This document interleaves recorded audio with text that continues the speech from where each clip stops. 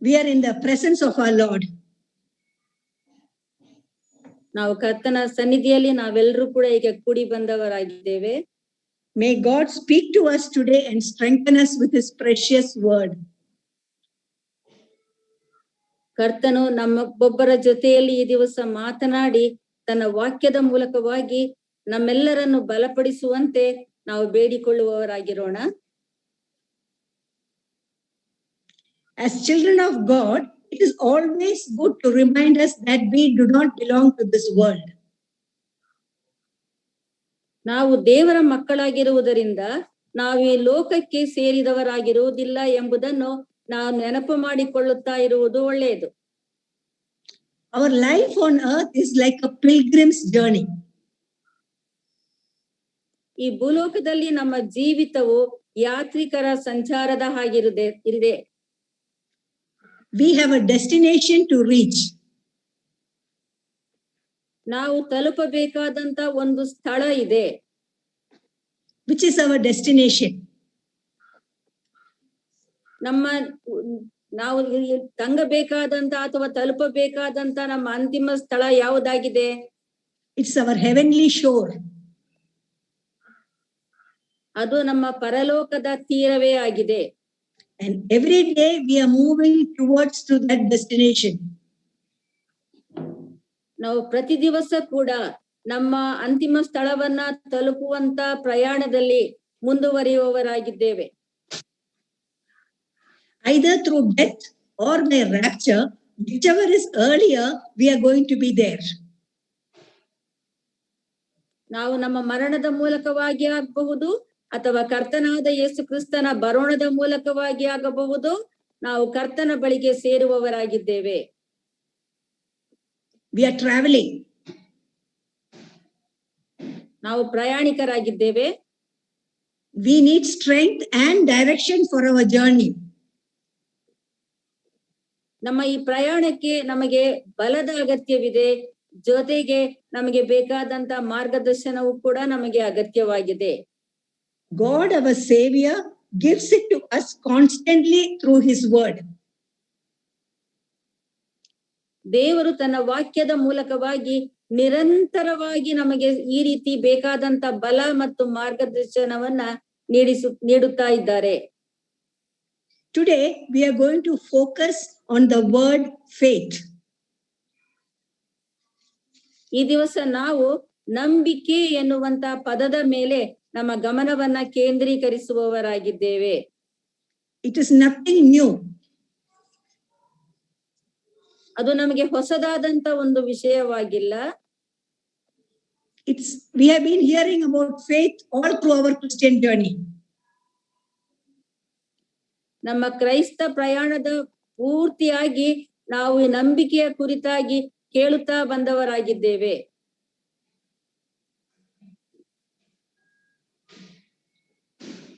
We hear the truth again and again. ನಾವು ಈ ಸತ್ಯವನ್ನು ಪುನಃ ಪುನಃ ಆಗಿಂದಾಗೆ ಕೇಳುವವರಾಗಿದ್ದೇವೆ. Why does God speak to us again and again the same truth? ದೇವರು ಮತ್ತೆ ಮತ್ತೆ ಇದೇ ಒಂದು ಸತ್ಯದ ಕುರಿತಾಗಿ ನಮ್ಮೊಡನೆ ಮಾತನಾಡುತ್ತಾ ಇರ್ಲಿಕ್ಕೆ ಕಾರಣವೇನಾಗಿರಬಹುದು? Because God knows we need it. ಯಾಕಂದ್ರೆ ನಮಗೆ ಅದರ ಅಗತ್ಯವಿದೆ ಎನ್ನುವುದು ದೇವರಿಗೆ ತಿಳಿದಿದೆ. And God knows it is useful for us. ಅದು ನಮಗೆ ಪ್ರಯೋಜನಕಾರಿಯಾಗಿದೆ ಎನ್ನುವುದು ಕೂಡ ದೇವರಿಗೆ ಅರಿವಿದೆ. In 2 Timothy 3:16, ತಿಮೊಥೆಯನಿಗೆ ಬರೆದ ಪತ್ರಿಕೆ 2ನೇ ಅಧ್ಯಾಯದ 2 ತಿಮೊಥಿ 3ನೇ ಅಧ್ಯಾಯ ಮತ್ತು 16ನೇ ವಚನದಲ್ಲಿ ನಾವು ಹೀಗೆ ಓದುವವರಾಗಿದ್ದೇವೆ. ದೈವ ಪ್ರೇರಿತವಾದ ಪ್ರತಿಯೊಂದು ಶಾಸ್ತ್ರವು ಉಪದೇಶಕ್ಕೂ, ಖಂಡನೆಗೂ, ತಿದ್ದುಪಾಟಿಗೂ, ನೀತಿ ಶಿಕ್ಷೆಗೂ ಉಪಯುಕ್ತವಾಗಿದೆ. It is good that sister who opened in prayer was mentioning this. ಈಗ ನಮಗೆ ಪ್ರಾರ್ಥನೆ ಮಾಡಿದಂತ ಸಹೋದರಿ ಈ ವಾಕ್ಯವನ್ನು ಅಲ್ಲಿ ಉಲ್ಲೇಖಿಸಿರುವುದನ್ನು ನಾವು ನೆನಪು ಮಾಡಿಕೊಳ್ಳಬಹುದು. Now, since we are concentrating on the word faith, let us define faith. ನಾವು ನಂಬಿಕೆ ಎನ್ನುವಂತ ಈ ಪದದ ಮೇಲೆ ನಾವು ಗಮನ ಕೊಡುತ್ತಾ ಇರುವುದರಿಂದ ನಾವು ಅದರ ಕುರಿತಾಗಿ ನಾವು ಸ್ವಲ್ಪ ಗಮನಿಸೋಣ. What is faith? ನಂಬಿಕೆ ಎಂದರೇನು? Hebrews 11:1 says, it says, faith is being sure of what we hope for. ಇಬ್ರಿಯರಿಗೆ ಬರೆದ ಪತ್ರಿಕೆ 11ನೇ ಅಧ್ಯಾಯದ 1ನೇ ಮತ್ತು ವಚನಗಳಲ್ಲಿ ನಾವು ನೋಡುವುದಾದರೆ, ನಂಬಿಕೆಯೋ ನಾವು ನಿರೀಕ್ಷಿಸುವವುಗಳ ವಿಷಯವಾಗಿ ಭರವಸೆದಿಂದಿರುವುದು, ಕಣ್ಣಿಗೆ ಕಾಣದವುಗಳನ್ನು ನಿಜವೆಂದು ತಿಳುಕೊಳ್ಳುವುದು ಆಗಿದೆ. So there are two aspects here. ಇಲ್ಲಿ ಎರಡು ಸಂಗತಿಗಳನ್ನ ನಾವು ಗಮನಿಸಬಹುದಾಗಿದೆ. First one, being sure of what we hope for. ಮೊದಲನೇದಾಗಿ ನಾವು ನಿರೀಕ್ಷಿಸುವವುಗಳ ವಿಷಯದಲ್ಲಿ ನಾವು ಭರವಸೆದಿಂದಿರುವುದು. We can explain it like this. ನಾವು ಅದನ್ನ ಈ ರೀತಿಯಾಗಿ ವಿವರಿಸಬಹುದಾಗಿದೆ. Our hope is that Lord Jesus Christ is going to return. ನಮಗಿರುವಂತ ನಿರೀಕ್ಷೆ ಯಾವುದು ಎಂಬುದಾಗಿ ಹೇಳಿದ್ರೆ, ನಮ್ಮ ಕರ್ತನಾದ ಯೇಸು ಕ್ರಿಸ್ತನು ಭೂಲೋಕಕ್ಕೆ ಬರುವಾತನಾಗಿದ್ದಾನೆ. We have no doubt about it. ಅದರ ಬಗ್ಗೆ ನಮ್ಗೆ ಯಾವುದೇ ಸಂದೇಹವಿಲ್ಲ. We are sure of it. ಅದರ ಬಗ್ಗೆ ನಮ್ಗೆ ಖಂಡಿತವಾದಂತ ನಿಶ್ಚಯತ್ವ ಇದೆ. That assurance is faith. ಈ ಒಂದು ನಿಶ್ಚಯತ್ವವೇ ನಂಬಿಕೆಯಾಗಿದೆ. Second aspect is being certain of what we do not see. ಎರಡನೇ ವಿಷಯಕ್ಕೆ ನಾವು ಬರುವುದಾದರೆ, ಕಣ್ಣಿಗೆ ಕಾಣದವುಗಳನ್ನು ನಿಜವೆಂದು ತಿಳುಕೊಳ್ಳುವುದು ಆಗಿದೆ.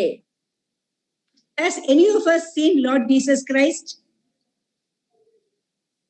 ನಮ್ಮಲ್ಲಿ ನಾವು ಯಾರಾದ್ರೂ ಕೂಡ ಕರ್ತನಾದ ಯೇಸುವನ್ನು ನೋಡಿದ್ದೇವಾ? Definitely no.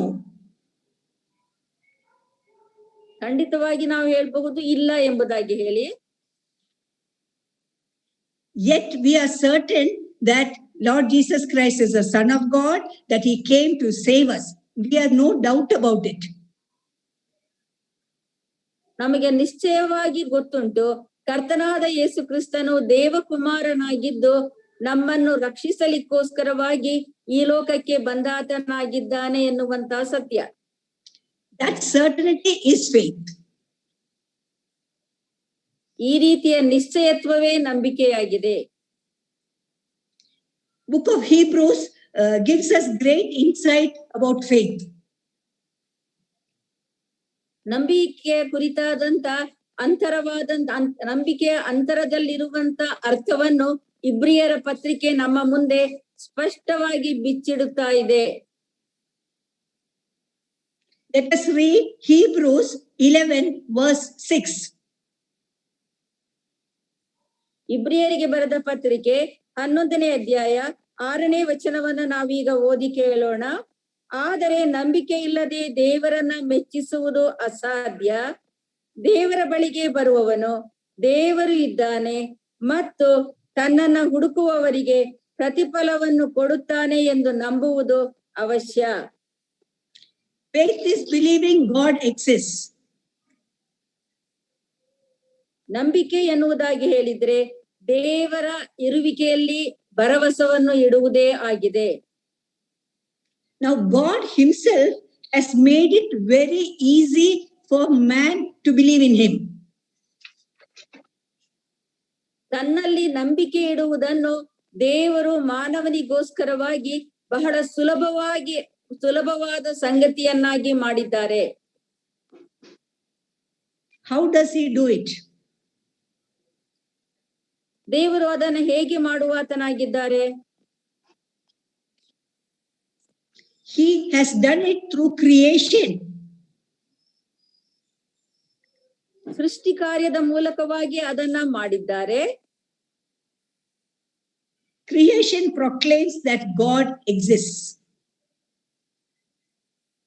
ದೇವರ ಇರುವಿಕೆಯನ್ನು ಪ್ರಕೃತಿಯು ಅಥವಾ ಸೃಷ್ಟಿಯು ಸ್ಪಷ್ಟಪಡಿಸುವಂತಹದ್ದಾಗಿದೆ ಅಥವಾ ವಿಶದಪಡಿಸುವಂತಹದ್ದಾಗಿದೆ. God has displayed his eternal power and divine nature through creation. ದೇವರು ತನ್ನ ನಿತ್ಯತ್ವದ ಶಕ್ತಿಯನ್ನು ಮತ್ತು ಬಲವನ್ನು ಸೃಷ್ಟಿ ಕಾರ್ಯದ ಮೂಲಕವಾಗಿ ಪ್ರಕಟಪಡಿಸಿದ್ದಾರೆ. And it's all clear for all mankind. ಪ್ರತಿಯೊಬ್ಬ ಮನುಷ್ಯರು ಇದನ್ನ ಗ್ರಹಿಸಿಕೊಳ್ಳಲು ಸಾಧ್ಯವಾಗುವಂತೆ ಸ್ಪಷ್ಟವಾದ ರೀತಿಯಲ್ಲಿ ಇದು ನಮ್ಮ ಮುಂದೆ ತೆರೆದಿಡಲ್ಪಟ್ಟಿದೆ. Now let us consider the supremacy of our God. ನಮ್ಮ ದೇವರ ಅತ್ಯುನ್ನತ ಅಥವಾ ಅತಿ ಶ್ರೇಷ್ಠವಾದಂತ ಸ್ಥಾನದ ಕುರಿತಾಗಿ ನಾವು ಆಲೋಚನೆ ಮಾಡಿಕೊಳ್ತಾ ಬರೋಣ. He has created everything seen and unseen. ದೃಶ್ಯ ಅದೃಶ್ಯವಾದ ಸಮಸ್ತವನ್ನು ಕೂಡ ದೇವರು ಸೃಷ್ಟಿಸಿದ್ದಾರೆ. The sun, moon, stars, all the heavenly bodies, they stay in their own orbit. They move in a special accord and they function in a perfect order. ಸೂರ್ಯ, ಚಂದ್ರ, ನಕ್ಷತ್ರಗಳು, ಆಕಾಶ ಕಾಯಗಳೆಲ್ಲವೂ ಕೂಡ ತಮಗೆ ನಿಗದಿಪಡಿಸಿರುವಂತ ಸ್ಥಳದಲ್ಲೇ ಇದ್ದುಕೊಂಡು ತಮಗೆ ನೇಮಕವಾದಂತ ಪಥದಲ್ಲೇ ಅವು ಒಂದು ಕ್ರಮಬದ್ಧವಾದ ರೀತಿಯಲ್ಲಿ ಮುಂದುವರಿಯುವಂತವುಗಳಾಗಿವೆ.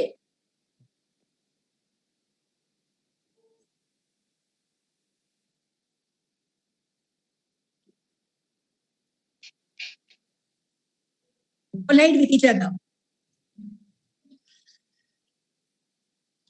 Also, please repeat. I did not hear. They don't clash or collide with each other. Okay. ಅವುಗಳು ಒಂದರೊಡನೆ ಒಂದು ಡಿಕ್ಕಿ ಹೊಡೆಯುವುದಿಲ್ಲ, ತಮ್ಮ ಪಥವನ್ನ ಬಿಟ್ಟು ಅವರು ಅಗಲುವುದಿಲ್ಲ. The very earth displays the glory of God. ಈ ಆಕಾಶವು ದೇವರ ಪ್ರಭಾವವನ್ನು ಪ್ರಚುರಪಡಿಸುವಂತಹದ್ದಾಗಿದೆ. We have the oceans, the mountains, the hills, the rivers, and the animals and vegetations. Everything God has created as provision for us. ಬೆಟ್ಟಗಳು, ಗುಡ್ಡಗಳು, ಪರ್ವತಗಳು, ನದಿಗಳು, ಸೃಷ್ಟಿ ಕಾರ್ಯ, ಗಿಡ ಮರಗಳು, ಸೃಷ್ಟಿ ಕಾರ್ಯದಲ್ಲಿರುವಂತ ಪ್ರತಿಯೊಂದು ವಸ್ತು ಕೂಡ ದೇವರ ಅಸ್ತಿತ್ವದ ಕುರಿತಾಗಿ ನಮಗೆ ಸ್ಪಷ್ಟವಾದ ಪರಿಜ್ಞಾನವನ್ನು ಕೊಡುವಂತವುಗಳಾಗಿವೆ. And mankind in general, majority, every day is enjoying God's creation and His provision. ಮನುಕುಲವು ಪ್ರತಿ ದಿವಸ ಕೂಡ ದೇವರ ಒದಗಿಸುವಿಕೆಯಲ್ಲಿ ಮತ್ತು ದೇವರ ಸೃಷ್ಟಿ ಕಾರ್ಯದಲ್ಲಿ ಆನಂದಿಸುವಂತವರಾಗಿದ್ದಾರೆ. But they don't recognize God's hand in it. ಆದರೆ ಅದರಲ್ಲಿ ದೇವರ ಹಸ್ತ ಇರುವುದನ್ನು ಮಾನವನು ಗುರುತಿಸುವುದಿಲ್ಲ. No man, however intelligent or efficient, he can never create any universe like this. ಮಾನವನು ಎಷ್ಟೇ ಜ್ಞಾನಿಯಾಗಿರಬಹುದು, ಎಷ್ಟೇ ಸಮರ್ಥನಾಗಿರಬಹುದು, ದೇವರು ಪ್ರಕೃತಿಯಲ್ಲಿ, ಭೂಲೋಕದಲ್ಲಿ ಮತ್ತು ಆಕಾಶ ಮಂಡಲಗಳಲ್ಲಿ ಉಂಟು ಮಾಡಿರುವಂತ ಯಾವುದನ್ನು ಕೂಡ ಪ್ರತ್ಯೇಕವಾಗಿ ತಾನಾಗಿಯೇ ಉಂಟು ಮಾಡಲು ಅಸಮರ್ಥನಾಗಿದ್ದಾನೆ. That's why Paul says in Romans, faith is believing that God exists. ಹಾಗಾಗಿ ಪೌಲನು ರೋಮಾಪುರದವರಿಗೆ ಬರೆದ ಪತ್ರಿಕೆಯಲ್ಲಿ ಈ ರೀತಿ ತಿಳಿಸುವವನಾಗಿದ್ದಾನೆ. ನಂಬಿಕೆ ಎಂಬುದಾಗಿ ಹೇಳಿದರೆ ದೇವರ ಅಸ್ತಿತ್ವದಲ್ಲಿ ಭರವಸವನ್ನು ಇಡುವುದೇ ಆಗಿದೆ. Creation proclaims God's existence. No human being has any excuse before God. ಸೃಷ್ಟಿ ಕಾರ್ಯವು ದೇವರ ಅಸ್ತಿತ್ವವನ್ನು ಪ್ರಚುರಪಡಿಸುವಂತಹದ್ದಾಗಿದೆ. ಹೀಗಾಗಿ ಯಾವ ವ್ಯಕ್ತಿಯಾದರೂ ಕೂಡ ತನಗೆ ದೇವರ ಕುರಿತಾಗಿ ತಿಳಿದು ಬರಲಿಲ್ಲ ಎಂಬುದಾಗಿ ಹೇಳಿ ನೆಪ ಹೇಳಲಿಕ್ಕೆ ಅವನಿಗೆ ಸಾಧ್ಯವಿಲ್ಲ. Now there is a question for us. ಈಗ ನಮ್ಮ ಮುಂದೆ ಒಂದು ಪ್ರಶ್ನೆ ಇದೆ. Faith, from where does it originate? Does it originate in man or in God? ಈ ಮೂಲ ಉತ್ಪತ್ತಿಯಾಗಿರುವಂತಹದ್ದು ಮನುಷ್ಯನ ಅಂತರ್ಯದಿಂದಲೋ ಅಥವಾ ದೇವರಿಂದ ಉಂಟಾಗಿದೆಯೋ? General tendency is to think that faith is from us. ನಾವು ಸಾಮಾನ್ಯವಾಗಿ ಆಲೋಚಿಸುವುದಾದರೆ ನಂಬಿಕೆಯು ನಮ್ಮಿಂದ ಹುಟ್ಟಿ ಬರುವಂತಹದ್ದಾಗಿದೆ ಎಂಬುದಾಗಿ ಹೇಳಿ. We say, I have believed in Jesus and so I am saved. That statement gives an impression that faith has originated in man. ಹಾಗಾಗಿ ನಾವು ಆಲೋಚನೆ ಮಾಡ್ತೇವೆ, ನಾನು ದೇವರಲ್ಲಿ ನಂಬಿಕೆ ಇಟ್ಟೆ, ಈ ಮೂಲಕವಾಗಿ ನಾನು ರಕ್ಷಿಸಲ್ಪಟ್ಟೆ ಎಂಬುದಾಗಿ ಹೇಳುವಾಗ ನಂಬಿಕೆ ನನ್ನಲ್ಲೇ ಉತ್ಪತ್ತಿಯಾಗಿದೆ ಎನ್ನುವಂತ ಮನೋಭಾವ ನಮ್ಮದಾಗಿರುವುದನ್ನು ಇದು ತಿಳಿಯಪಡಿಸುವಂತಹದ್ದಾಗಿದೆ. Yes, we may have believed, but our very faith or belief has been initiated by God. ನಾವು ಇದನ್ನ ನಂಬಬಹುದು, ಆದರೆ ನಮ್ಮ ನಂಬಿಕೆಯ ಮೂಲ ದೇವರಿಂದಲೇ ಆಗಿದೆ ಎಂಬುದನ್ನ ನಾವು ಗುರುತಿಸಬೇಕಾಗಿದೆ. Jesus is the author, the perfecter and finisher of our faith. ಕರ್ತನಾದ ಯೇಸು ಕ್ರಿಸ್ತನು ತಾನೇ ನಂಬಿಕೆಯ ಮೂಲನು, ಅದನ್ನ ನಿರ್ವಹಿಸುವವನು ಮತ್ತು ಅದನ್ನ ಅಂತ್ಯಗೊಳಿಸುವ ಆತನು ಆಗಿದ್ದಾರೆ. I am not saying it, the book of Hebrews says it. ನಾನು ಅದನ್ನ ನನ್ನ ಸ್ವಂತ ಜ್ಞಾನದಿಂದ ಹೇಳುತ್ತಾ ಇಲ್ಲ. ಇಬ್ರಿಯರಿಗೆ ಬರೆದ ಪತ್ರಿಕೆಯಲ್ಲಿ ನಾವು ಸ್ಪಷ್ಟವಾಗಿ ಆ ಕುರಿತಾಗಿ ಗಮನಿಸಬಹುದಾಗಿದೆ. Now we have by-hearted that verse that says, it is by grace you have been saved through faith. It is not from ourselves, it's the gift of God. ನಾವು ಬಯಪಾಠವಾಗಿ ನಮ್ಗೆ ಗೊತ್ತುಂಟು, ನಂಬಿಕೆಯ ಮೂಲಕ ಕೃಪೆಯಿಂದಲೇ ರಕ್ಷಣೆ ಹೊಂದಿದವರಾಗಿದ್ದೇವೆ, ಅದು ನಮ್ಮಿಂದ ಬಂದದ್ದಲ್ಲ, ದೇವರಿಂದಲೇ ಉಂಟಾದದ್ದು ಎಂಬುದಾಗಿ ಹೇಳಿ. That verse teaches us that faith and grace both has come from God and it's a gift from God. ಈ ವಚನವು ನಮಗೆ ಸ್ಪಷ್ಟವಾಗಿ ತಿಳಿಸ್ತದೆ, ನಂಬಿಕೆ ಮತ್ತು ಕೃಪೆ ಎರಡೂ ಕೂಡ ದೇವರಿಂದಲೇ ನಮಗೆ ದೊರಕಿದ್ದದ್ದಾಗಿದೆ. ಇದು ನಮಗೆ ದೇವರಿಂದ ಕೊಡಲ್ಪಟ್ಟಂತ ಒಂದು ಕೊಡುಗೆಯಾಗಿದೆ. We'll open to book of Romans, Romans 10 verse 17. Shall we read it? Romans 10:17. ರೋಮಪುರದವರಿಗೆ ಬರೆದ ಪತ್ರಿಕೆ 10ನೇ ಅಧ್ಯಾಯ 17ನೇ ವಚನವನ್ನ ನಾವು ಓದಿಕೊಳ್ಳೋಣ. ಆದ ಕಾರಣ ಸಾರಿದ ಸುವಾರ್ತೆಯು ನಂಬಿಕೆಗೆ ಆಧಾರ, ಆ ವಾರ್ತೆಗೆ ಕ್ರಿಸ್ತನ ವಾಕ್ಯವೇ ಆಧಾರ. So it says faith comes from hearing God's word. ಹಾಗಾಗಿ ಈ ವಚನ ನಮಗೆ ತಿಳಿಯಪಡಿಸುವುದು ಏನೆಂಬುದಾಗಿ ಹೇಳಿದ್ರೆ, ನಂಬಿಕೆಯು ದೇವರ ವಾಕ್ಯವನ್ನು ಕೇಳುವುದರ ಮೂಲಕವಾಗಿ ಉಂಟಾಗುವಂತಹದ್ದಾಗಿದೆ. Let's read Romans 10 verse 14. It gives us a better picture of it. ನಾವು ರೋಮಾಪುರದವರಿಗೆ ಬರೆದ ಪತ್ರಿಕೆ 10ನೇ ಅಧ್ಯಾಯ 14ನೇ ವಚನವನ್ನ ನೋಡುವುದಾದ್ರೆ ನಮಗೆ ಇದರ ಸ್ಪಷ್ಟ ಚಿತ್ರಣ ದೊರಕುವಂತಹದ್ದಾಗಿದೆ. ಆದರೆ ತಾವು ಯಾವನನ್ನು ನಂಬಲಿಲ್ಲವೋ ಆತನ ನಾಮವನ್ನು ಹೇಳಿಕೊಳ್ಳುವುದು ಹೇಗೆ? ಮತ್ತು ಆತನ ಸುದ್ದಿ ಕೇಳದಿರುವಲ್ಲಿ ಆತನನ್ನು ನಂಬುವುದು ಹೇಗೆ? ಸಾರಿ ಹೇಳುವವನಿಲ್ಲದೆ ಕೇಳುವುದು ಹೇಗೆ? ಸಾರುವವರು ಕಳುಹಿಸಲ್ಪಡದೆ ಸಾರುವುದೆಲ್ಲಿ? So here there is an order. ಇಲ್ಲಿ ಒಂದು ಕ್ರಮಬದ್ಧತೆಯನ್ನ ನಾವು ಕಾಣಬಹುದಾಗಿದೆ. Here the word of God is the first thing. ಇಲ್ಲಿ ಮೊದಲನೇದಾಗಿ ನಾವು ನೋಡುವುದಾದ್ರೆ ದೇವರ ವಾಕ್ಯವನ್ನು ಕೇಳುವುದು ಮೊದಲನೇ ಸ್ಥಾನವನ್ನ ತೆಗೆದುಕೊಳ್ತದೆ. Then believe in God and then turn to God and call upon him. ಅನಂತರ ದೇವರಲ್ಲಿ ನಂಬಿಕೆ ಇಡುವುದು, ಆತನ ಕಡೆಗೆ ತಿರುಗಿಕೊಳ್ಳುವುದು, ಆತನನ್ನು ಕೇಳುವುದು, ಆತನನ್ನು ಕರೆಯುವುದು ಎಂಬುಗಳು ಒಂದಾದ ನಂತರ ಒಂದು ಹಿಂಬಾಲಿಸಿ ಬರುವಂತಹ ಒಂದು ಪ್ರಕ್ರಿಯೆಗಳಾಗಿವೆ. So the truth is, it is God who initiates faith in us. ಹಾಗಾಗಿ ಸತ್ಯ ಸಂಗತಿ ಎಂಬುದಾಗಿ ಹೇಳಿದ್ರೆ ನಮ್ಮಲ್ಲಿ ನಂಬಿಕೆಯನ್ನ ಹುಟ್ಟಿಸುವಾತನು ಸ್ವತಃ ದೇವರೇ ಆಗಿದ್ದಾರೆ. It is God who reaches out to man and it is he who initiates faith in us. ದೇವರು ಮನುಷ್ಯನನ್ನು ತಲುಪಿ ಆತನನ್ನು ಮುಟ್ಟಿ ಅವನಲ್ಲಿ ನಂಬಿಕೆಯನ್ನ ಹುಟ್ಟಿಸುವಾತನಾಗಿದ್ದಾರೆ. God speaks to man through various ways. ದೇವರು ಮಾನವರೊಡನೆ ಅನೇಕ ರೀತಿಗಳಲ್ಲಿ ಮಾತನಾಡುತ್ತಾರೆ. First is God speaks to man through his creation. ಮೊದಲನೇದಾಗಿ ಸೃಷ್ಟಿ ಕಾರ್ಯದ ಮೂಲಕವಾಗಿ ದೇವರು ಮನುಷ್ಯನೊಡನೆ ಮಾತನಾಡುತ್ತಾರೆ. Subhashini, let us read Psalm 19 verses 1 to 4. Psalm 19 verses 1 to 4. ಕೀರ್ತನೆ 19ನೇ ಅಧ್ಯಾಯ 1ರಿಂದ 4 ವಚನಗಳನ್ನ ನಾವು ಓದಿ ಕೇಳೋಣ.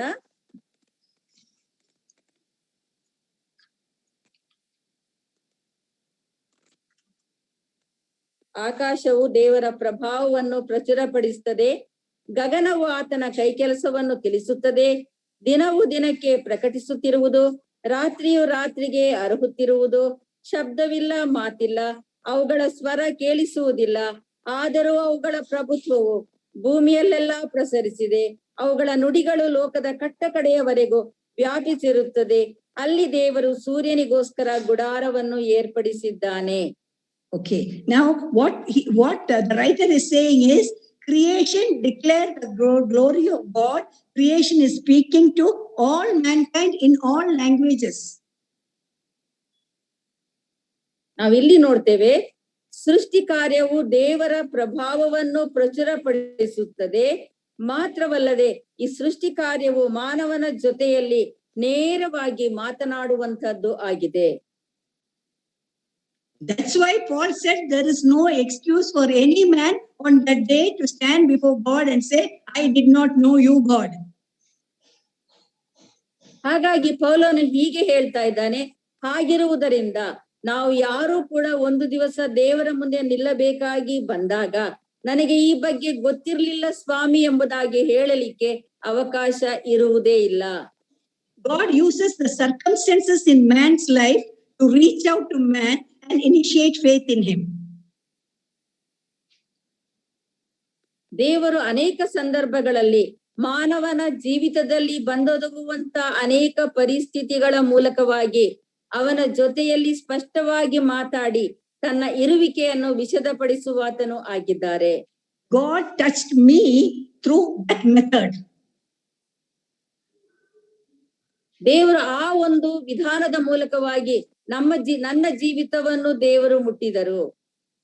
It was about 35 or 37 years ago. ಇದು 35-37 ವರ್ಷಗಳ ಹಿಂದೆ ನಡೆದಂತ ಸಂಗತಿಯಾಗಿದೆ. I was cornered with heartache, sorrow, helplessness, and I used to be in tears because of my circumstances. ನನಗೆ ಬಂದೊದಗಿದಂತ ಪರಿಸ್ಥಿತಿಗಳ ನಿಮಿತ್ತವಾಗಿ ನಾನು ಅಸಹಾಯಕಳಾಗಿದ್ದೆ, ದುಃಖಿತಳಾಗಿದ್ದೆ, ಹೃದಯದ ಭಾರದಿಂದಿದ್ದೆ, ಯಾವಾಗಲೂ ಕೂಡ ಕಣ್ಣೀರು ಸುರಿಸುವಂತ ವ್ಯಕ್ತಿ ನಾನಾಗಿದ್ದೆ. I was not a person who related to God in any way. ನಾನು ಯಾವುದೇ ರೀತಿಯಲ್ಲೂ ಕೂಡ ದೇವರ ಜೊತೆಯಲ್ಲಿ ನೇರವಾಗಿ ಸಂಬಂಧ ಇಟ್ಟುಕೊಂಡಂತ ವ್ಯಕ್ತಿ ಆಗಿರ್ಲಿಲ್ಲ. During exam times or any other ordinary times, sometimes I used to read God's word one way or the other. ಪರೀಕ್ಷೆ ಸಮಯದಲ್ಲಿ ಅಥವಾ ಯಾವುದಾದ್ರೂ ಕಠಿಣ ಪರಿಸ್ಥಿತಿ ಬಂದಾಗ ಯಾವಾಗಲಾದ್ರೂ ಒಮ್ಮೆ ದೇವರ ವಾಕ್ಯವನ್ನ ಓದುತ್ತಾ ಇದ್ದೆ. But the circumstances were so terrible for me, I was looking for peace and comfort. ಆದರೆ ಪರಿಸ್ಥಿತಿಗಳು ಬಹಳ ಕ್ಲಿಷ್ಟಕರವಾದಿದ್ದರಿಂದ ನಾನು ಸಮಾಧಾನ ಮತ್ತು ಆದರಣೆಗೋಸ್ಕರವಾಗಿ ಎಲ್ಲಾ ಕಡೆಯೂ ನೋಡುತ್ತಾ ಇದ್ದೆ. ಆಗ ನನಗೆ ಕೊಟ್ಟದ್ದು ದೇವರ ವಾಕ್ಯವೇ. My grandfather had given me a Bible, had all the underlined verses in it, and I took that Bible in my hand. ನನ್ನ ತಾತ ನನಗೊಂದು ಬೈಬಲ್ ಕೊಟ್ಟಿದ್ರು. ಅದನ್ನ ಅವರು ಬಹಳವಾಗಿ ಉಪಯೋಗಿಸಿ ಅನೇಕ ಕಡೆಗಳಲ್ಲಿ ವಚನಗಳಿಗೆ ಗೆರೆ ಹಾಕಿದ್ರು. ಆ ಒಂದು ಸತ್ಯವೇದವನ್ನ ಅವರು ನನಗೆ ಕೊಟ್ಟಿದ್ರು. And I opened that word and randomly started looking to seek something from God. ಹಾಗಾಗಿ ನಾನು ಸುಮ್ಮನೆ ಸತ್ಯವೇದವನ್ನ ತೆಗೆದೆ. ನನ್ನ ಮನಸ್ಸಿಗೆ ಆದರಣೆ ಕೊಡುವಂತ ವಾಕ್ಯ ಎಲ್ಲಾದ್ರೂ ಸಿಕ್ಕಬಹುದಾ ಎಂಬುದಾಗಿ ಹೇಳಿ ಅಲ್ಲಿ ಇಲ್ಲಿ ವಾಕ್ಯಗಳಿಗೋಸ್ಕರವಾಗಿ ಹುಡುಕಾಡ್ತಾ ಇದ್ದೆ. I had opened the Bible to the book of Isaiah. ನಾನು ಯೆಶಾಯನ ಪ್ರವಾದನೆ ಪುಸ್ತಕವನ್ನು ಬೇಕಂತ ತೆಗಿಲಿಲ್ಲ, ಸುಮ್ಮನೆ ಹಾಗೆ ತೆಗ್ದಿದ್ದೆ ನಾನು. And God spoke to me in that instant. ಆ ಒಂದು ಕ್ಷಣದಲ್ಲಿ ದೇವರು ನನ್ನ ಜೊತೆಯಲ್ಲಿ ಮಾತನಾಡಿದ್ರು. He said, "Do not fear, I am with you." ದೇವರು ನನಗೆ ಹೇಳಿದ್ರು, ಹೆದರಬೇಡ, ನಾನೇ ನಿನ್ನೊಂದಿಗಿದ್ದೇನೆ. Do not be dismayed, I am your God. I will strengthen you and help you. ದಿಗ್ಭ್ರಮೆಗೊಳ್ಳದಿರು, ನಾನೇ ನಿನ್ನ ದೇವರು, ನಾನು ನಿನ್ನನ್ನು ಬಲಪಡಿಸುತ್ತೇನೆ, ನಿನಗೆ ಸಹಾಯ ನೀಡುತ್ತೇನೆ ಎಂಬುದಾಗಿ ವಾಗ್ದಾನ ಮಾಡಿದ್ದು. I will uphold you with my righteous right hand. ನಾನು ನನ್ನ ನೀತಿಯ ಹಸ್ತದಿಂದ ನಿನ್ನನ್ನು ಮೇಲಕ್ಕೆತ್ತುತ್ತೇನೆ. This is a verse from Isaiah chapter 41, and it came alive into my heart. ಅದು ಯೆಶಾಯನ ಪ್ರವಾದನೆ 41ನೇ ಅಧ್ಯಾಯದಲ್ಲಿರುವಂತ ವಚನ. ಅದು ನನಗೆ ಜೀವ ಸ್ವರೂಪವಾಗಿ ನನ್ನ ಮುಂದೆ ಬಂದಿತು. God's word is powerful, it is alive, it is active, it works wonders in our life. ದೇವರ ವಾಕ್ಯವು ಸಜೀವವಾದದ್ದು, ಕಾರ್ಯಸಾಧಕವಾದದ್ದು, ನಮ್ಮ ಅಂತರ್ಯವನ್ನ ಪ್ರವೇಶಿಸಿ ನಮ್ಮ ಜೀವಿತಗಳಲ್ಲಿ ಅದ್ಭುತ ಕಾರ್ಯವನ್ನ ಮಾಡುವಂತಹದ್ದು ದೇವರ ವಾಕ್ಯವಾಗಿದೆ. God began his work in me, and from that day there has not been a turning back. ದೇವರು ಆಗ ನನ್ನ ಹೃದಯದಲ್ಲಿ ಕಾರ್ಯ ಮಾಡ್ಲಿಕ್ಕೆ ಪ್ರಾರಂಭಿಸಿದ್ದು, ಅನಂತರ ನಾನು ಯಾವಾಗಲೂ ಕೂಡ ಹಿಂಜಾರಿ ಹೋಗ್ಲಿಕ್ಕೆ ಸಾಧ್ಯವಾಗಲಿಲ್ಲ. Every child of God has faith. There is no one in the kingdom of God without faith. ಪ್ರತಿಯೊಬ್ಬ ದೇವರ ಮಕ್ಕಳು ಕೂಡ ನಂಬಿಕೆಯನ್ನ ಹೊಂದಿದವರಾಗಿದ್ದಾರೆ. ದೇವರ ರಾಜ್ಯದಲ್ಲಿ ನಂಬಿಕೆ ಇಲ್ಲದೆ ಇರುವವರು ಯಾರು ಕೂಡ ಇರುವುದಿಲ್ಲ. But when we are called to act on God's word or to uphold God's promises, the degree varies. ಆದರೆ ನಾವು ದೇವರ ವಾಕ್ಯಕ್ಕೆ ಅನುಸಾರವಾಗಿ ನಡ್ಕೊಳ್ಳಬೇಕಾದಂತ ಸಂದರ್ಭದಲ್ಲಿ ಅಥವಾ ದೇವರ ವಾಗ್ದಾನಗಳ ಮೇಲೆ ಆಧಾರ ಮಾಡಿಕೊಳ್ಳುವಂತ ಸಂದರ್ಭದಲ್ಲಿ ನಾವು ಅನೇಕ ವೇಳೆ ಸೋತು ಹೋಗುವವರಾಗಿರ್ತೇವೆ. Sometimes we exercise little faith. ಕೆಲವು ಸಲ ಸ್ವಲ್ಪ ನಂಬಿಕೆಯಿಂದ ನಾವು ಅದನ್ನ ಕಾರ್ಯರೂಪದಲ್ಲಿ ಉಪಯೋಗಿಸ್ತೇವೆ. Sometimes we exercise great faith. ಕೆಲವು ಸಲ ದೊಡ್ಡ ನಂಬಿಕೆಯನ್ನು ನಂಬಿಕೆಯಿಂದ ನಾವು ಕಾರ್ಯ ಮಾಡುವವರಾಗಿರ್ತೇವೆ. But sometimes we fail to exercise faith and live in unbelief. ಅನೇಕ ಸಲ ನಾವು ಈ ನಂಬಿಕೆಯನ್ನು ಕಾರ್ಯರೂಪಕ್ಕೆ ತರುವಲ್ಲಿ ವಿಫಲರಾಗಿ ಅಪನಂಬಿಕೆಯಲ್ಲಿ ತೊಳಲುವವರಾಗಿರ್ತೇವೆ. Today we will look at two examples from the Bible, two women, how they related to God and how they stood by their understanding of God. ಈ ದಿವಸ ನಾವು ದೇವರ ವಾಕ್ಯದಲ್ಲಿ ತಿಳಿಸಲ್ಪಟ್ಟಿರುವಂತ ಇಬ್ಬರು ಸ್ತ್ರೀಯರ ಕುರಿತಾಗಿ ನಾವು ಓದಿಕೊಳ್ಳೋಣ. ಅವರು ಯಾವ ರೀತಿ ತಮ್ಮ ನಂಬಿಕೆಯನ್ನು ಕಾರ್ಯರೂಪಕ್ಕೆ ತಂದರು ಎನ್ನುವುದರ ಕುರಿತಾಗಿ ನಾವು ಗಮನಿಸೋಣ. So we have a question here. The question is, did Sarah, first one is Sarah, Abraham's wife. And the question is, did Sarah have faith in the living God? ಮೊದಲನೇದಾಗಿ ನಾವು ನೋಡ್ಲಿಕ್ಕಿರುವಂತ ಒಬ್ಬ ಸ್ತ್ರೀ ಅಬ್ರಹಾಮನ ಪತ್ನಿಯಾದಂತ ಸಾರಳು. ಅವಳು ತನ್ನ ಜೀವಿತದಲ್ಲಿ ನಂಬಿಕೆಯನ್ನು ಕಾರ್ಯರೂಪಕ್ಕೆ ತಂದಳೋ ಇಲ್ಲವೋ ಎಂಬುದಾಗಿ ನಾವು ಸ್ವಲ್ಪ ಗಮನಿಸೋಣ. Sarah had definitely faith in God. There is no doubt about it. ಸಾರಳಿಗೆ ದೇವರ ಮೇಲೆ ನಿಶ್ಚಯವಾಗಿ ನಂಬಿಕೆ ಇತ್ತು, ಅದರಲ್ಲಿ ಸಂದೇಹ ಇಲ್ಲ. She had left her family and culture. ಆಕೆ ತನ್ನ ಸಂಸ್ಕೃತಿಯನ್ನು ತನ್ನ ಕುಟುಂಬವನ್ನು ಬಿಟ್ಟು ಬಂದವಳು.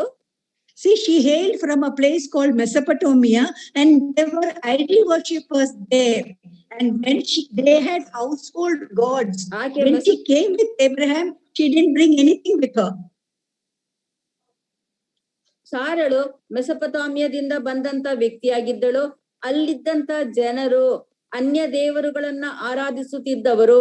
ಆದರೆ ಆಕೆ ಅಬ್ರಹಾಮನ ಬಳಿಗೆ ಬಂದಾಗ ತನ್ನ ಯಾವುದೇ ವಿಗ್ರಹವನ್ನು ಜೊತೆಯಲ್ಲಿ ಆಕೆ ತೆಗೆದುಕೊಂಡು ಬರಲಿಲ್ಲ. ಜೀವ ಸ್ವರೂಪನಾದ ದೇವರಲ್ಲಿ ಪೂರ್ತಿ ನಂಬಿಕೆಯನ್ನಿಟ್ಟು ಆಕೆ ಅಬ್ರಹಾಮನ ಜೊತೆಯಲ್ಲಿ ಬಂದಳು.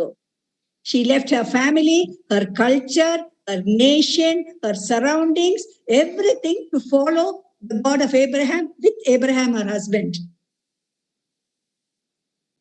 ಅಬ್ರಹಾಮನನ್ನು ತನ್ನ ಪತಿಯನ್ನಾಗಿ ಅಂಗೀಕರಿಸಿದಾಗ ತನ್ನ ಕುಟುಂಬವನ್ನು, ತನ್ನ ಸಂಸ್ಕೃತಿಯನ್ನು, ತನ್ನ ದೇಶವನ್ನು, ತನ್ನ ಜನರನ್ನು ಎಲ್ಲರನ್ನ ಬಿಟ್ಟು ಅಬ್ರಹಾಮನ ದೇವರ ಮೇಲೆ ಸಂಪೂರ್ಣ ಭರವಸವನ್ನಿಟ್ಟು ಆಕೆ ಅಬ್ರಹಾಮನ ಜೊತೆಯಲ್ಲಿ ಬಂದಳು ಎಂಬುದಾಗಿ ನಾವು ದೇವರ ವಾಕ್ಯದಲ್ಲಿ ನಾವು ನೋಡ್ತೇವೆ. Nowhere did she complain or grumble, telling Abraham and questioning him about his faith. ಅಬ್ರಹಾಮನ ನಂಬಿಕೆಯ ಕುರಿತಾಗಿ ಆಕೆ ಎಂದು ಕೂಡ ಗುಣಗುಟ್ಟಲಿಲ್ಲ ಅಥವಾ ಅಬ್ರಹಾಮನ ಜೊತೆಯಲ್ಲಿ ವಾಗ್ವಾದ ಮಾಡಲು ಕೂಡ ಇಲ್ಲ. She did not hinder Abraham's faith or his walk with God.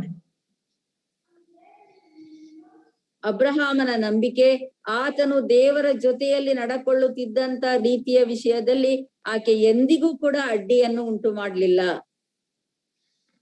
He went along with Abraham, following the God of Abraham who led them.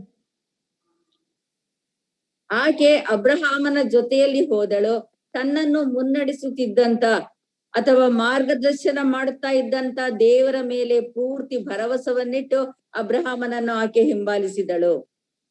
Sarah was an equal partner with Abraham's walk of faith, unlike Lot's wife who looked back.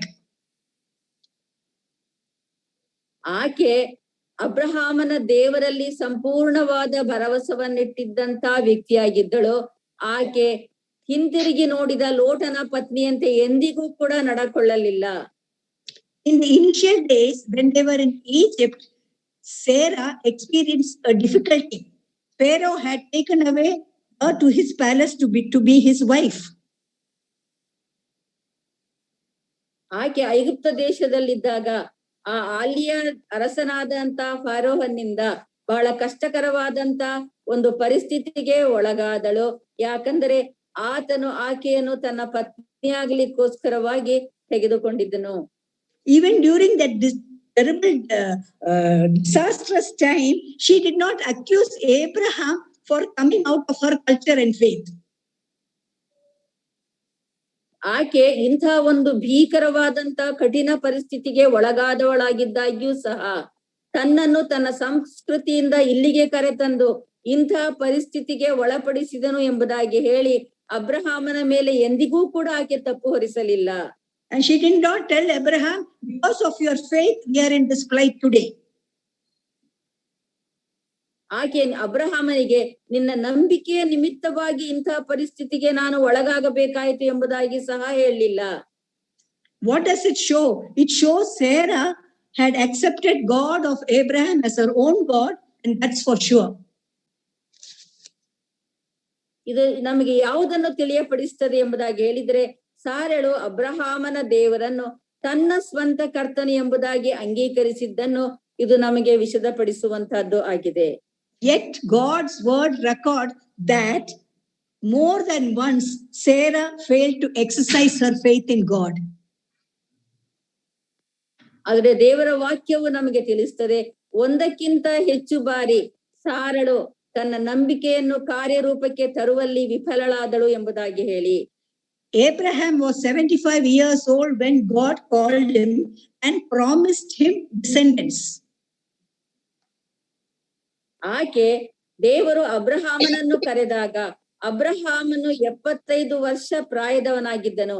ದೇವರು ಅವನಿಗೆ ಅವನ ಸಂತತಿಯ ವಿಷಯದಲ್ಲಿ ವಾಗ್ದಾನ ಮಾಡಿದ್ದನ್ನು ನಾವು ದೇವರ ವಾಕ್ಯದಲ್ಲಿ ನೋಡಬಹುದಾಗಿದೆ. And not once, many times God promised, and Sarah waited for 10 years for the fulfillment of that promise. ದೇವರು ಅನೇಕ ವೇಳೆ ತಮ್ಮ ಸಂತತಿಯ ವಿಷಯವಾಗಿ ಅಬ್ರಹಾಮನಿಗೆ ವಾಗ್ದಾನ ಮಾಡಿರುವುದನ್ನು ಪುನರುಚ್ಚಿಸುತ್ತಾ ಬಂದರು. ಆದರೆ ಸಾರಳು ತನ್ನ ಸಂತಾನ ಭಾಗ್ಯವನ್ನ ನೋಡ್ಲಿಕ್ಕೆ 10 ವರ್ಷಗಳ ಕಾಲ ಕಾಯಬೇಕಾಯಿತು. And she did not receive the fulfillment of that promise. So she acted herself and used Hagar to raise a family for her. ಆಕೆ 10 ವರ್ಷಗಳ ಕಾಲ ಕಾಯುತ್ತಾ ಇರುವಾಗ ಆಕೆ ಅನೇಕ ವೇಳೆ ನಿರಾಶಳಾಗಿ ತನ್ನ ಸ್ವಂತ ಪದ್ಧತಿಯ ತನ್ನ ಸ್ವಂತ ಯೋಚನೆಯ ಪ್ರಕಾರವಾಗಿ ಅಬ್ರಹಾಮನಿಗೆ ಸಂತಾನವನ್ನ ಕೊಡ್ಲಿಕ್ಕೆ ಪ್ರಯತ್ನ ಪಟ್ಟು ದಾಸಿಯಾದಂತ ಹಾಗರಳನ್ನು ಅಬ್ರಹಾಮನಿಗೆ ಪತ್ನಿಯಾಗುವಂತೆ ಒಪ್ಪಿಸಿಕೊಟ್ಟಳು. Ishmael was born, ಇಸ್ಮಾಯೇಲ್ನು ಹೊರಟು ಹೋದನು. He was born. ಇಸ್ಮಾಯೇಲನು ಜನ್ಮ ತಾಳಿದನು. We don't see Sarah condemning, we don't see God condemning Sarah for all her unbelief.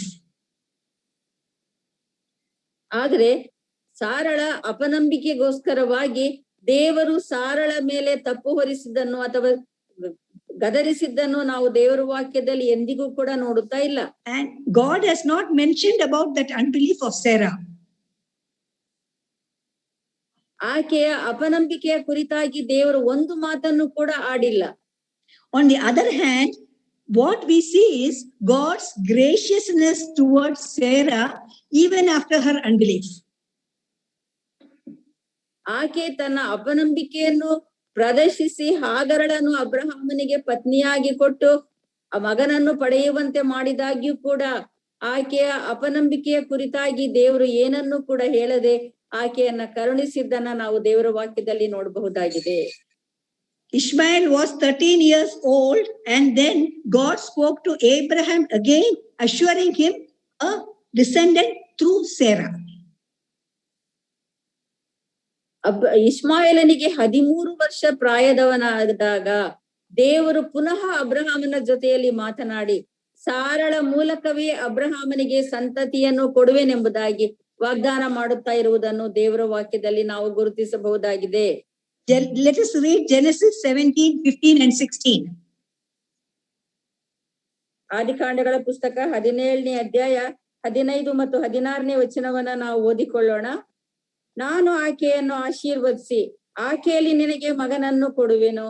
ನಾನು ಆಕೆಯನ್ನು ಆಶೀರ್ವದಿಸಿದ್ದರಿಂದ ಆಕೆಯಿಂದ ಅನೇಕ ಜನಾಂಗಗಳು ಅರಸರು ಉತ್ಪತ್ತಿಯಾಗುವರು ಎಂದು ಹೇಳಲು ಅಬ್ರಹಾಮನು ಅಡ್ಡಬಿದ್ದು ನಕ್ಕು 100 ವರ್ಷದವನಿಗೆ ಮಗ ಹುಟ್ಟುವುದುಂಟೆ, 90 ವರ್ಷದವಳಾದ ಸಾರಳು ಹೆತ್ತಾಳೆ ಎಂದು ಮನಸ್ಸಿನಲ್ಲಿ ಅಂದುಕೊಂಡು ದೇವರಿಗೆ. Here we read that God specified Sarah's name. In spite of her unbelief, God was encouraging her. ಸಾರಳು ಅಪನಂಬಿಗಸ್ತಳಾಗಿದ್ದಾಗ್ಯೂ ಕೂಡ ದೇವರು ಸ್ಪಷ್ಟವಾಗಿ ಸಾರಳ ಹೆಸರನ್ನು ಹೇಳಿ ಆಕೆಯ ಮೂಲಕವೇ ನಿನಗೆ ಸಂತತಿಯನ್ನು ಕೊಡುವೆನು ಎಂಬುದಾಗಿ ವಾಗ್ದಾನ ಮಾಡಿ ಆಕೆಯನ್ನು ಬಲಪಡಿಸಿದ್ದನ್ನ ನಾವು ನೋಡಬಹುದು. Our God is gracious. He doesn't keep count on our unbelief, but he continues to encourage and strengthen us on a day-to-day basis.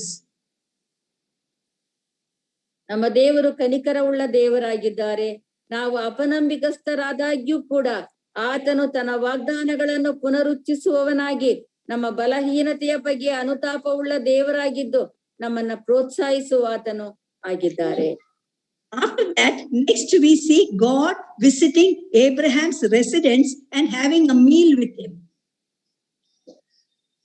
ನಾವು ಮುಂದೆ ನೋಡುವುದಾದರೆ ದೇವರು ಅಬ್ರಹಾಮನ ಮನೆಗೆ ಬಂದು ಆತನ ಜೊತೆಯಲ್ಲಿ ಊಟ ಮಾಡಿದ್ದನ್ನು ನಾವು ಮುಂದಿನ ಭಾಗದಲ್ಲಿ ನೋಡಬಹುದಾಗಿದೆ. And then we see God inquiring about Sarah. He asked Abraham, where is your wife? Sarah, where is your wife Sarah?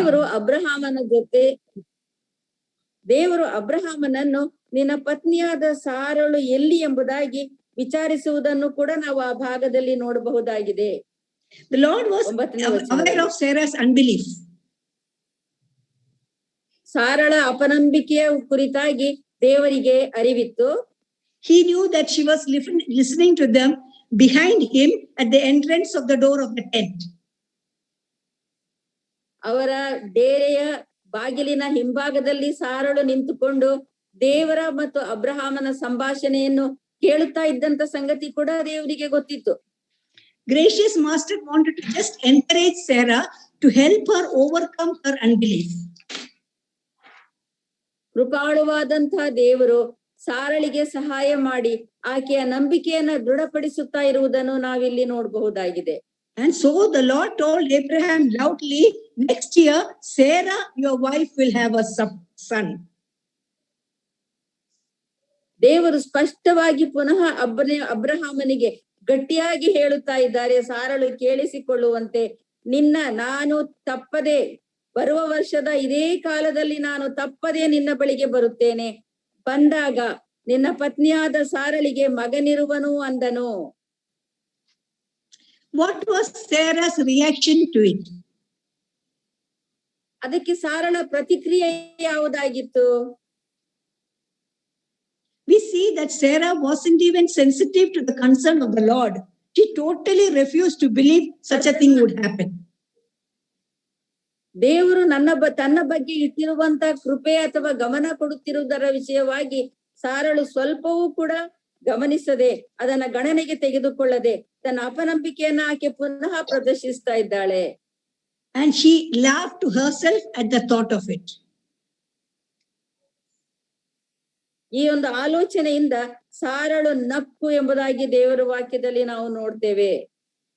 See, if we look at Sarah, in the past, she had a very important personal provision, or she had witnessed the power of God in a very personal way. ನಾವು ಸಾರಳ ಕುರಿತಾಗಿ ಆಲೋಚನೆ ಮಾಡುವುದಾದರೆ ಆಕೆ ದೇವರ ಹಸ್ತ ಪರಿಪಾಲನೆಯನ್ನು ವೈಯಕ್ತಿಕವಾಗಿ ಅನುಭವಿಸಿದಂತ ಒಬ್ಬ ವ್ಯಕ್ತಿಯಾಗಿದ್ದಳು. We were considering how Pharaoh had carried her to his palace to make her his wife. ನಾವಲ್ಲಿ ನೋಡ್ತೇವೆ, ಅರಸನು ಆಕೆಯನ್ನು ತನ್ನ ಪತ್ನಿಯಾಗಿ ಮಾಡಿಕೊಳ್ಳಿಕ್ಕೋಸ್ಕರವಾಗಿ ತನ್ನ ಅರಮನೆಗೆ ತೆಗೆದುಕೊಂಡು ಹೋದಂತ ವಿಷಯದ ಕುರಿತಾಗಿ ಕೂಡ ನಮಗೆ ತಿಳಿದಿದೆ. God was concerned about Sarah. On account of Sarah, he dealt with Pharaoh. ನಾವು ಅಲ್ಲಿ ನೋಡ್ತೇವೆ, ಸಾರಳ ನಿಮಿತ್ತವಾಗಿ ದೇವರು ಆ ಅರಸನ ಜೊತೆಯಲ್ಲಿ ಮಾತನಾಡಿ ಅವನು ತಪ್ಪು ಮಾಡದ ಹಾಗೆ ಅವನನ್ನ ತಡೆದಿರುವುದನ್ನ ನಾವು ನೋಡ್ತೇವೆ. And God sent serious illness, sickness to Pharaoh and his household on account of Sarah, for what he had done, taken Sarah to be his wife. ಸಾರಳನ್ನ ತನ್ನ ಪತ್ನಿಯಾಗಿ ತೆಗೆದುಕೊಂಡದ್ದರ ನಿಮಿತ್ತ ಅರಸನು ಮತ್ತು ಅವರ ಕುಟುಂಬದವರೆಲ್ಲರ ಮೇಲೆ ದೇವರು ವ್ಯಾಧಿಯನ್ನ ಬರಮಾಡಿ ಅವರನ್ನ ಎಚ್ಚರಿಸಿದ್ದನ್ನು ಕೂಡ ನಾವು ಕಾಣಬಹುದಾಗಿದೆ. I believe Sarah might have told them, this is happening, all this is happening because I am Abraham's wife and you have brought me here. ಆಕೆ ಒಂದು ವೇಳೆ ಹೇಳ್ತಾ ಇರಬಹುದು, ನಾನು ಅಬ್ರಹಾಮನ ಹೆಂಡತಿ, ಆದ್ದರಿಂದ ನೀನು ಆದಾಗ್ಯೂ ಕೂಡ ನೀನು ನನ್ನನ್ನು ಇಲ್ಲಿಗೆ ಕರೆ ತಂದಿದ್ದೀಯಾ ಎಂಬುದಾಗಿ ಆಕೆ ಹೇಳಿರಬಹುದು. Because of that you are suffering in this way. ಅದರಿಂದಲೇ ನೀನು ಈ ರೀತಿ ಕಾಯಿಲೆಗೆ ಒಳಗಾಗಿದ್ದಿ ಎಂದು ಕೂಡ ಆಕೆ ಹೇಳಿರಬಹುದು. Then next we see Pharaoh sending word for Abraham, calling him and telling, why did you tell me that she is your sister? Why did you tell me that she is your wife? Take your wife and go. That is what he said. ಆಗ ಅರಸನು ಅಬ್ರಹಾಮನನ್ನ ಕರೆಸಿ, ಆಕೆ ನಿನ್ನ ತಂಗಿ ಎಂಬುದಾಗಿ ನೀನು ಯಾಕೆ ನನಗೆ ಹೇಳಿದ್ದೀಯಾ? ನಿನ್ನ ಪತ್ನಿಯನ್ನ ಕರೆದುಕೊಂಡು ನೀನು ಹೊರಟು ಹೋಗು ಎಂಬುದಾಗಿ ಹೇಳಿದ್ದನ್ನ ನಾವು ಅಲ್ಲಿ ಕಾಣ್ತೇವೆ. God had protected Sarah. God had honored Sarah. ದೇವರು ಸಾರಳನ್ನು ಸಂರಕ್ಷಿಸಿದರು ಮತ್ತು ಸಾರಳನ್ನು ದೇವರು ಗೌರವಿಸಿದರು ಕೂಡ. In spite of all that she knew of God, in spite of experiencing his power, in spite of enjoying his provision, Sarah refused to exercise faith in God and had laughed to herself. ದೇವರ ಶಕ್ತಿಯಲ್ಲಿ ಭರವಸೆ ಬಿಡಬೇಕಾದಂತ ಪರಿಸ್ಥಿತಿ ಇದ್ದಾಗ್ಯೂ ಕೂಡ ದೇವರು ಅನೇಕ ವೇಳೆ ಆಕೆಯನ್ನ ಕನಿಕರಿಸಿ ತನ್ನ ಹಸ್ತ ಪರಿಪಾಲನೆಯನ್ನ ನೀಡಿದ್ದಾಗ್ಯೂ ಸಹ ಸಾರಳು ದೇವರ ನಂಬಿಕೆಯಲ್ಲಿ ಭರವಸೆ ಇಡದೇ ಇರುವಂತ ಸಂಗತಿಯನ್ನ ನಾವು ಗುರುತಿಸಬಹುದಾಗಿದೆ. What was God's response to her laughter? ಆಕೆ ನಕ್ಕದ್ದರ ವಿಷಯದಲ್ಲಿ ದೇವರ ಪ್ರತಿಕ್ರಿಯೆ ಯಾವುದಾಗಿತ್ತು? It's very interesting to read Genesis 18:13 to 15, and let's read it. Genesis 18:13 to 15. ಇದನ್ನ 13ರಿಂದ 18ನೇ ವಚನದವರೆಗೆ ಓದುವುದು ನಮಗೆ ಆಸಕ್ತಿದಾಯಕವಾಗಿದೆ. 15. ಓಕೆ, 13ರಿಂದ 15 ವಚನಗಳು. ಸಾರಳು ನಕ್ಕು, ಮುದುಕಿಯಾದ ನಾನು ಮಗುವನ್ನು ಹೆರುವುದಾದೀತೆ ಎಂದು ಹೇಳಿದ್ದೇನು? ಯೆಹೋವನಿಗೆ ಅಸಾಧ್ಯವಾದದ್ದುಂಟು? ನಾನು ಹೇಳಿದಂತೆಯೇ ಬರುವ ವರ್ಷ ಇದೇ ಕಾಲದಲ್ಲಿ ನಾನು ನಿನ್ನ ಬಳಿಗೆ ಬಂದಾಗ ಸಾರಳಿಗೆ ಮಗನಿರುವನು ಎಂದು ಹೇಳಿದನು. ಆಗ ಸಾರಳು ಭಯಪಟ್ಟು ನಾನು ನಗಲಿಲ್ಲ ಎಂದು ಬೊಂಕಲು ಆತನು, ಹಾಗನ್ನ ಬೇಡಮ್ಮ, ನೀನು ನಕ್ಕದ್ದುಂಟು ಅಂದನು. The Lord had said, is anything too hard for the Lord? ಇಲ್ಲಿ ನಾವು ನೋಡ್ತೇವೆ, ದೇವರು ಹೇಳ್ತಾ ಇದ್ದಾರೆ, ಯೆಹೋವನಿಗೆ ಅಸಾಧ್ಯವಾದದ್ದು ಉಂಟೋ ಎಂಬುದಾಗಿ ಹೇಳಿ.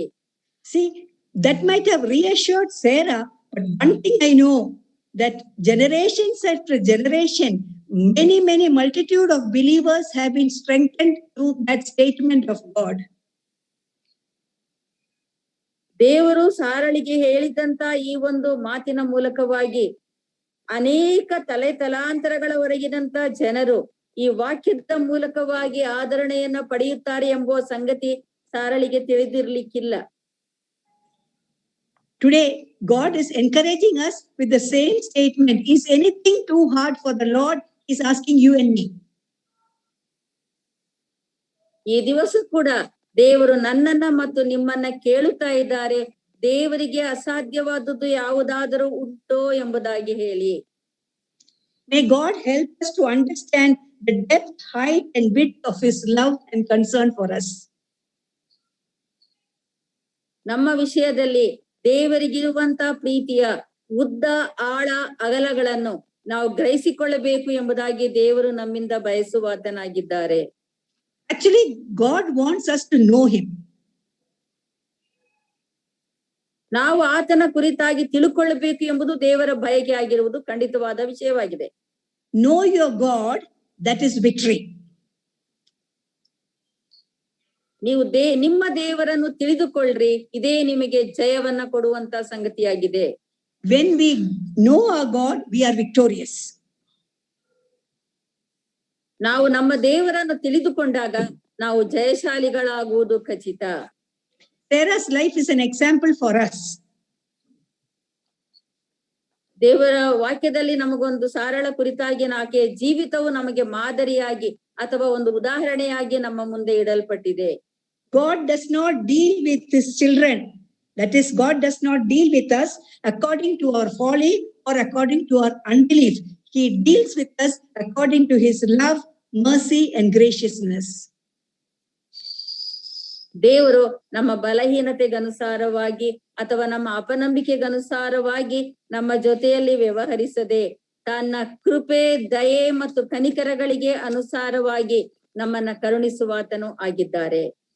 Let's read Lamentation 3:22 and 23. Lamentations 3:22 and 23. ಪ್ರಲಾಪಗಳ ಪುಸ್ತಕ 3ನೇ ಅಧ್ಯಾಯ 23 ಮತ್ತು 24ನೇ ವಚನಗಳನ್ನ ಓದಿಕೊಳ್ಳೋಣ. ಪ್ರಲಾಪಗಳ ಪುಸ್ತಕ 3ನೇ ಅಧ್ಯಾಯ 23 ಮತ್ತು 24. ನಾವು ಉಳಿದಿರುವುದು ಯೆಹೋವನ ಕರುಣೆಯೇ, ಆತನ ಕೃಪಾವರಗಳು ನಿಂತು ಹೋಗುವು, ದಿನ ದಿನವೂ ಹೊಸದಾಗಿ ಒದಗುತ್ತವೆ. ನಿನ್ನ ಸತ್ಯಸಂಧತೆಯು ದೊಡ್ಡದು, ಯೆಹೋವನೇ ನನ್ನ ಪಾಲು, ಆದ ಕಾರಣ ಆತನನ್ನ ನಿರೀಕ್ಷಿಸುವೆನು ಎಂದು ನನ್ನ ಅಂತರಾತ್ಮವು ಅಂದುಕೊಳ್ಳುತ್ತದೆ. Oh, let's have this verse in our heart every day. ನಾವು ಪ್ರತಿ ದಿವಸ ಕೂಡ ಈ ಒಂದು ವಚನವನ್ನು ನಮ್ಮ ಅಂತರ್ಯದಲ್ಲಿ ಇಟ್ಟುಕೊಳ್ಳುವುದು ಉತ್ತಮ. Next example is Rahab. ಮುಂದಿನ ವಿಷಯಕ್ಕೆ ನಾವು ಬರುವುದಾದ್ರೆ, Next example is Rahab. Rahab. ಆಕೆ ಮುಂದಿನ ವರ್ಷದ ಕುರಿತಾಗಿ ನಾವು ನೋಡುವುದಾದ್ರೆ ಅದು ರಹಾಬಳ ಕುರಿತಾಗಿ ನಾವು ನೋಡ್ತೇವೆ. Yes, Rahab, she is an example of one woman who exercised great faith in the living God Yahweh. ಈ ರಹಾಬಳು ಜೀವ ಸ್ವರೂಪನಾದಂತ ದೇವರಲ್ಲಿ ವಿಶೇಷವಾದಂತ ನಂಬಿಕೆಯನ್ನು ವ್ಯಕ್ತಪಡಿಸಿದಂತ ಒಬ್ಬ ವ್ಯಕ್ತಿ ಆಕೆಯಾಗಿದ್ದಳು. And remember, she was not from the family of God. ಆಕೆ ದೇವಜನರಿಗೆ ಸೇರಿದ ವ್ಯಕ್ತಿ ಆಗಿರಲಿಲ್ಲ. First of all, let us look at the background of Rahab. ರಹಾಬಳ ಹಿನ್ನೆಲೆಯ ಕುರಿತಾಗಿ ನಾವು ಆಲೋಚನೆ ಮಾಡುವ. First point, Rahab was a prostitute in the land of Jericho. ಯೆರಿಕೋ ಪಟ್ಟಣದಲ್ಲಿದ್ದಂತ ಒಬ್ಬ ವೇಶ್ಯೆ ರಹಾಬಳಾಗಿದ್ದಳು. Second point is she was a very wise woman. She was a strong personality. She had great discernment and she was a good decision maker. ಆಕೆ ಒಬ್ಬ ಬುದ್ಧಿವಂತೆಯಾಗಿದ್ದಳು, ಜ್ಞಾನವಂತೆಯಾಗಿದ್ದಳು ಮತ್ತು ವಿವೇಚನಾ ಶಕ್ತಿಯುಳ್ಳವಳಾಗಿದ್ದಳು. ಸರಿಯಾದಂತ ತೀರ್ಮಾನವನ್ನು ತೆಗೆದುಕೊಳ್ಳುವುದರಲ್ಲಿ ಸಮರ್ಥಳು ಕೂಡ ಆಗಿದ್ದಳು. You may ask me, how can we say she had these qualities? Bible is not saying that. ದೇವರ ವಾಕ್ಯವು ಹೀಗೆ ಹೇಳ್ತಾ ಇಲ್ವಲ್ಲ, ನೀವು ಹೇಗೆ ಹೇಳ್ತೀರಿ ಆಕೆಯಲ್ಲಿ ಇದೆಲ್ಲ ಗುಣಲಕ್ಷಣಗಳು ಇತ್ತು ಎಂಬುದಾಗಿ ನೀವು ನನ್ನನ್ನ ಕೇಳಬಹುದು. By her actions she proved it. ತನ್ನ ಕ್ರಿಯೆಗಳ ಮೂಲಕವಾಗಿ ಆಕೆ ಅದನ್ನ ಸಾಬೀತುಪಡಿಸಿದವಳಾಗಿದ್ದಳು. It is evident from the way she dealt with the spies that she possessed all these qualities in great measure. ಆಕೆ ಗೂಢಚಾರರ ಜೊತೆಯಲ್ಲಿ ನಡಕೊಂಡಂತ ರೀತಿಯ ನಿಮಿತ್ತವಾಗಿ ಈ ಎಲ್ಲಾ ಗುಣಗಳು ಆಕೆಯಲ್ಲಿ ಇದ್ದವು ಎಂಬುದನ್ನು ನಾವು ಸ್ಪಷ್ಟವಾಗಿ ಕಾಣಬಹುದಾಗಿದೆ. She was a woman with genuine love for her family, father, mother, brother, sisters, and all those who belong to them. ತನಗೆ ಸೇರಿದಂತ ತನ್ನ ಕುಟುಂಬದವರಾದಂತ ತಂದೆ ತಾಯಿಯರು, ಸಹೋದರ ಸಹೋದರಿಯರು, ಬಂಧು ಬಾಂಧವರು ಎಲ್ಲರ ಕುರಿತಾಗಿ ಆಕೆಗೆ ಬಹಳವಾದಂತ ಚಿಂತನೆ ಇತ್ತು ಎಂಬುದಾಗಿ ನಾವು ನೋಡಬಹುದಾಗಿದೆ. That is her family background. Now we will look at her spiritual background. ಇದು ಆಕೆಯ ಕುಟುಂಬದ ಹಿನ್ನೆಲೆಯಾಗಿದೆ. ಈಗ ಆಕೆಯ ಆತ್ಮಿಕ ಹಿನ್ನೆಲೆಯ ಕುರಿತಾಗಿ ನಾವು ಆಲೋಚನೆ ಮಾಡುವುದಾದರೆ, first point is say she never ever had any direct relationship with the living God. ಆಕೆ ಜೀವ ಸ್ವರೂಪನಾದಂತ ದೇವರ ವಿಷಯದಲ್ಲಿ ಪೂರ್ವಭಾವಿಯಾದಂತ ಯಾವುದೇ ಒಂದು ಸಂಬಂಧ ಅಥವಾ ಅರಿವು ಇರಲಿಲ್ಲ ಎಂಬುದಾಗಿ ನಮಗೆ ಗೊತ್ತುಂಟು. She did not have scripture in her hands to know about God. ಈ ಜೀವ ಸ್ವರೂಪನಾದಂತ ದೇವರ ಕುರಿತಾಗಿ ತಿಳಿದುಕೊಳ್ಳಲು ಸಾಧ್ಯವಾಗುವಂತೆ ಆಕೆಯ ಕೈಯಲ್ಲಿ ದೇವರ ವಾಕ್ಯ ಇರಲಿಲ್ಲ. God never spoke to her through any of his prophets. ತನ್ನ ಯಾವುದೇ ಪ್ರವಾದಿಗಳ ಮೂಲಕವಾಗಿ ಆದರೂ ಕೂಡ ದೇವರು ಆಕೆಯೊಡನೆ ಮಾತನಾಡಿರ್ಲಿಲ್ಲ. She had no ancestors who knew God, who could tell her about God. ಆಕೆಗೆ ಜೀವ ಸ್ವರೂಪನಾದಂತ ದೇವರ ಕುರಿತಾಗಿ ತಿಳಿಸಬಲ್ಲಂತ ಆಕೆಯ ಪೂರ್ವಿಕರು ಯಾರಿಗೂ ಕೂಡ ದೇವರ ಪರಿಚಯ ಇರಲಿಲ್ಲ. So what was her spiritual heritage? It was zero. It was nothing. ಹಾಗಾಗಿ ಆಕೆಯ ಒಂದು ಆತ್ಮಿಕವಾದಂತ ಒಂದು ಹಿನ್ನೆಲೆ ಯಾವುದಾಗಿತ್ತು, ಅದು ಕೇವಲ 0 ಆಗಿತ್ತು ಎಂಬುದಾಗಿ ನಾವು ಹೇಳಬಹುದಾಗಿದೆ. Yet the depth of her understanding of God is truly amazing. Let's go back to history. ಆಕೆ ದೇವರ ಕುರಿತಾಗಿ ಆಕೆಗಿದ್ದಂತ ಪರಿಜ್ಞಾನವು ನಿಜವಾಗಿ ಕೂಡ ಆಶ್ಚರ್ಯಕರವಾದದ್ದಾಗಿದೆ. ಇದನ್ನ ತಿಳ್ಕೊಳ್ಬೇಕಾದ್ರೆ ನಾವು ಹಿಂದಿನ ಚರಿತ್ರೆಗೆ ಹೋಗ್ಬೇಕಾಗಿದೆ. We see that Israel was delivered from Egypt by the mighty hands of God. ದೇವರ ಪರಾಕ್ರಮದಿಂದಾಗಿ ಇಸ್ರಾಯೇಲ್ಯರು ಐಗುಪ್ತ ದೇಶದ ದಾಸತ್ವದಿಂದ ಬಿಡುಗಡೆ ಹೊಂದಿದ್ದರ ಕುರಿತಾಗಿ ನಮ್ಗೆ ಗೊತ್ತುಂಟು. And the news about their deliverance and the power of their God had spread far and wide. People all around was discussing it. Israel ದೇವರು ಫರೋಹನ ದಾಸತ್ವದಿಂದ ಅವರನ್ನ ವಿಮೋಚಿಸಿದ್ದರ ವಿಷಯವಾಗಿ ದೂರ ದೇಶಗಳವರೆಗೂ ಈ ವಿಷಯವು ಹಬ್ಬಲ್ಪಟ್ಟು ಅವರ ದೇವರ ಪರಾಕ್ರಮದ ಮೂಲಕ ಕುರಿತಾಗಿ ಜನರಿಗೆ ಅಲ್ಪ ಸ್ವಲ್ಪ ಅರಿವಿತ್ತು. No other gods could work on behalf of their people in this powerful way. ಈ ರೀತಿ ಶಕ್ತಿರಿತವಾಗಿ ಯಾವ ದೇವರು ಕೂಡ ತಮ್ಮ ಜನರನ್ನು ಬಿಡಿಸಿರ್ಲಿಲ್ಲ ಎನ್ನುವ ಸಂಗತಿಯ ಅರಿವು ಕೂಡ ಅವರಿಗಿತ್ತು. Their God was directly involved in the deliverance. ಅವರನ್ನು ವಿಮೋಚಿಸುವುದರಲ್ಲಿ ಅವರ ದೇವರು ನೇರವಾಗಿ ಮಧ್ಯ ಪ್ರವೇಶಿಸಿದ ಸಂಗತಿಯ ಅರಿವು ಕೂಡ ರಾಹಾಬಳಿಗಿತ್ತು. And 40 years had passed since their deliverance, and all these 40 years, these stories were being discussed like folk tales in and around all the countries. ದೇವರವರನ್ನ ವಿಮೋಚಿಸಿ 40 ವರ್ಷಗಳಾಗಿತ್ತು. ಈ 40 ವರ್ಷಗಳಲ್ಲಿ ಸುತ್ತಮುತ್ತಲಿನ ಎಲ್ಲಾ ಪ್ರದೇಶಗಳಲ್ಲಿ ಇಸ್ರಾಯೇಲ್ಯರ ದೇವರು ಜೀವ ಸ್ವರೂಪ ದೇವರಾಗಿದ್ದು ಯಾವ ರೀತಿ ಅವರನ್ನು ದಾಸತ್ವದಿಂದ ವಿಮೋಚಿಸಿದರು ಎನ್ನುವ ಸಂಗತಿ ಜನರಲ್ಲಿ ಮನೆ ಮಾತಾಗಿ ಪ್ರಸಾರಿತವಾಗಿತ್ತು. Now 40 years had gone and the Israelites had come close to Jericho. ಈಗ 40 ವರ್ಷಗಳು ದಾಟಿದೆ, ಇಸ್ರಾಯೇಲ್ಯರು ಯೆರಿಕೋವಿನ ಸಮೀಪಕ್ಕೆ ಅವರು ಬಂದಿದ್ದಾರೆ. First they destroyed the kings of Amorites and established themselves in the land of the Amorites. ಮೊದಲನೇದಾಗಿ ನೋಡುವುದಾದರೆ ಅವರು ಅಮೋರಿಯರ ಪ್ರಾಂತ್ಯದಲ್ಲಿದ್ದಂತ ಅಮೋರಿಯರ ಅರಸರನ್ನು ನಾಶ ಮಾಡಿ ಅವರ ಪ್ರದೇಶವನ್ನು ಇವರು ಆಕ್ರಮಿಸಿಕೊಂಡು ಅಲ್ಲಿ ಅವರೀಗ ನಿವಾಸ ಮಾಡಿಕೊಂಡಿದ್ದಾರೆ. Then they crossed Jordan and they were marching towards Jericho. ಈಗ ಅವರು ಯೋರ್ದಾನ್ ಹೊಳೆಯನ್ನ ದಾಟಿ ಯೆರಿಕೋ ಪಟ್ಟಣದ ಕಡೆಗೆ ಅವರು ಮುಂಸಾಗುತ್ತಾ ಇದ್ದಾರೆ. King of Jericho was afraid. He shut the gates of Jericho and sealed it and secured it, and also he was vigilant and watchful. ನಾವು ಇಲ್ಲಿ ನೋಡ್ತೇವೆ, ಇಸ್ರಾಯೇಲರ ವಿಷಯದಲ್ಲಿ ಯೆರಿಕೋವಿನ ಅರಸನು ಭಯಭೀತನಾಗಿ ತನ್ನ ಪಟ್ಟಣವನ್ನು ಮತ್ತು ತನ್ನ ಜನರನ್ನು ಸಂರಕ್ಷಿಸುವುದಕ್ಕೋಸ್ಕರವಾಗಿ ತನ್ನ ಕೋಟೆಯ ಬಾಗಿಲುಗಳನ್ನು ಭದ್ರಪಡಿಸಿಕೊಂಡು ಅವನು ಎದುರು ನೋಡುತ್ತಾ ಇದ್ದನು. Now Joshua, Jericho was a fortified city. It had walls all around, strong walls. ಯೆರಿಕೋ ಸುತ್ತಲೂ ಬಲವಾದಂತ ಕೋಟೆಯುಳ್ಳಂತ ಒಂದು ನಗರವಾಗಿತ್ತು. Strong and broad and high walls were surrounding Jericho. ಬಲವಾದಂತ ಎತ್ತರವಾದಂತ ಮತ್ತು ವಿಶಾಲವಾದಂತ ಊರಿನ ಸುತ್ತಲೂ ಕೂಡ ಭದ್ರವಾದಂತ ಕೋಟೆ ಇತ್ತು. Now Joshua didn't know how to approach, so he sent 2 spies to find out the situations in Jericho. ಯೆಹೋಶುವನಿಗೆ ಏನು ಮಾಡಬೇಕು ತಿಳಿದಿರ್ಲಿಲ್ಲ. ಹಾಗಾಗಿ ತನ್ನ 2 ಗೂಢಚಾರರನ್ನು ಆ ಪಟ್ಟಣದೊಳಗೆ ಕಳುಹಿಸಿ ಅಲ್ಲಿನ ಪರಿಸ್ಥಿತಿಯನ್ನು ಅಧ್ಯಯನ ಮಾಡಿಕೊಂಡು ಬಂದು ವಿವರವಾದ ವರದಿಯನ್ನು ಕೊಡುವಂತೆ ಅವರನ್ನ ನೇಮಿಸಿ ಕಳುಹಿಸಿಕೊಟ್ಟನು. Jericho's intelligence department was very active. They reported to the king, 2 strangers has come in and they have gone to the house of Rahab, the prostitute. ಯೆರಿಕೋವಿನ ಈ ಒಂದು ಕಾರ್ಯ ಮಾಡುವಂತಹ ಪಡೆ ಬಹಳ ಬುದ್ಧಿವಂತದ್ದಾಗಿತ್ತು.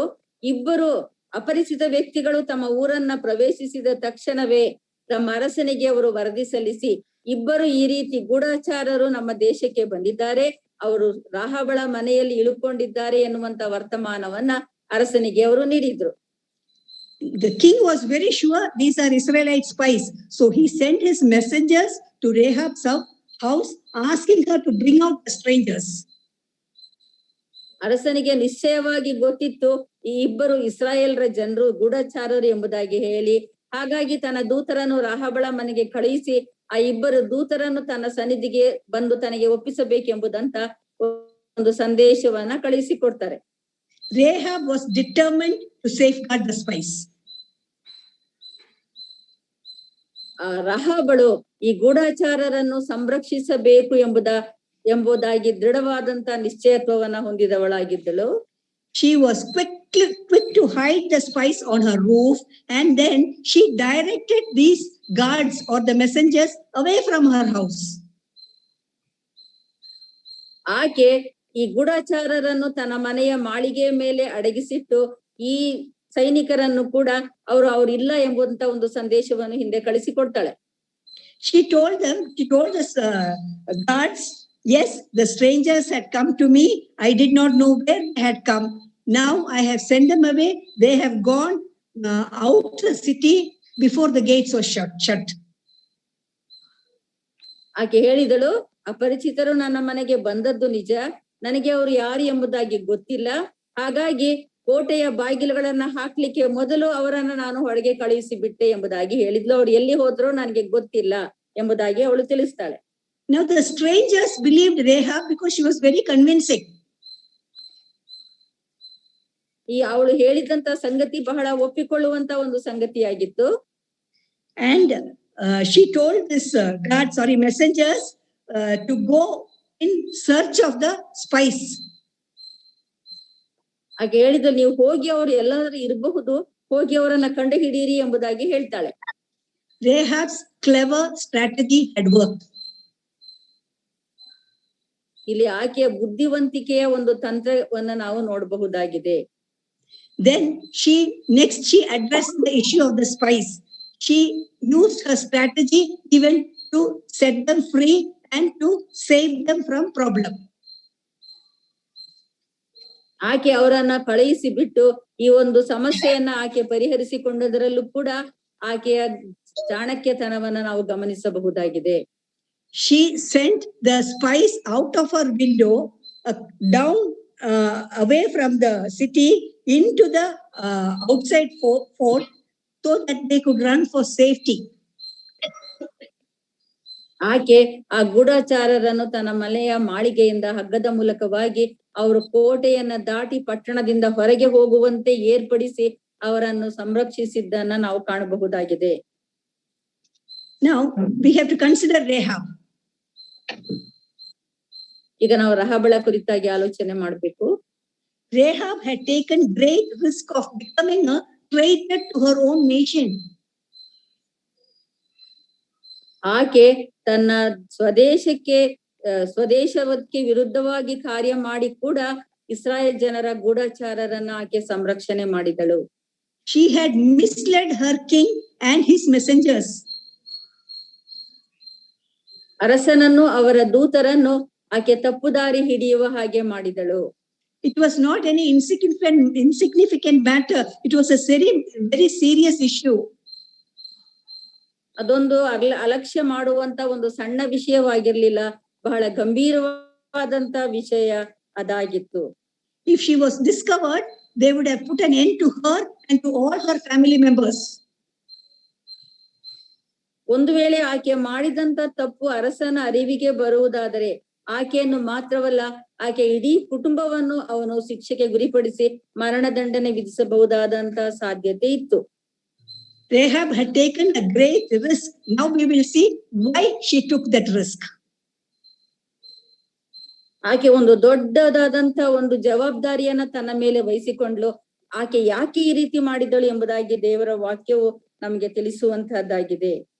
Rahab was an intelligent woman and she kept herself updated of things that was around her.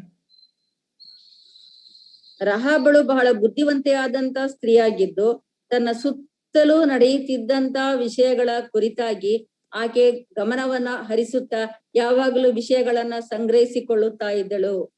Since she was a prostitute, she was aware of all the men of Jericho and even their neighboring places, men and their style she could have recognized.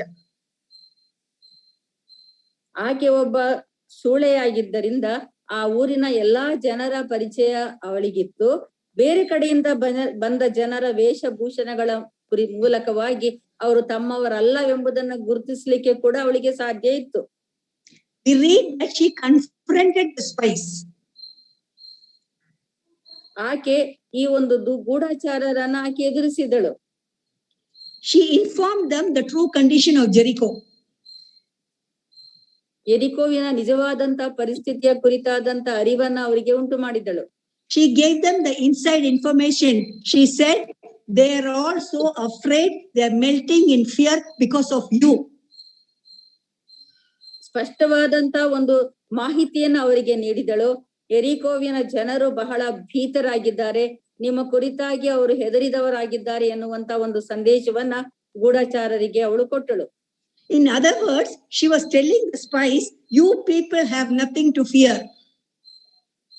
ಇಲ್ಲಿ ಮತ್ತೊಂದು ಮಾತಿನಲ್ಲಿ ಹೇಳುವುದಾದರೆ, ನೀವು ಹೆದರಬೇಕಾದಂತ ಅಗತ್ಯ ಇಲ್ಲ.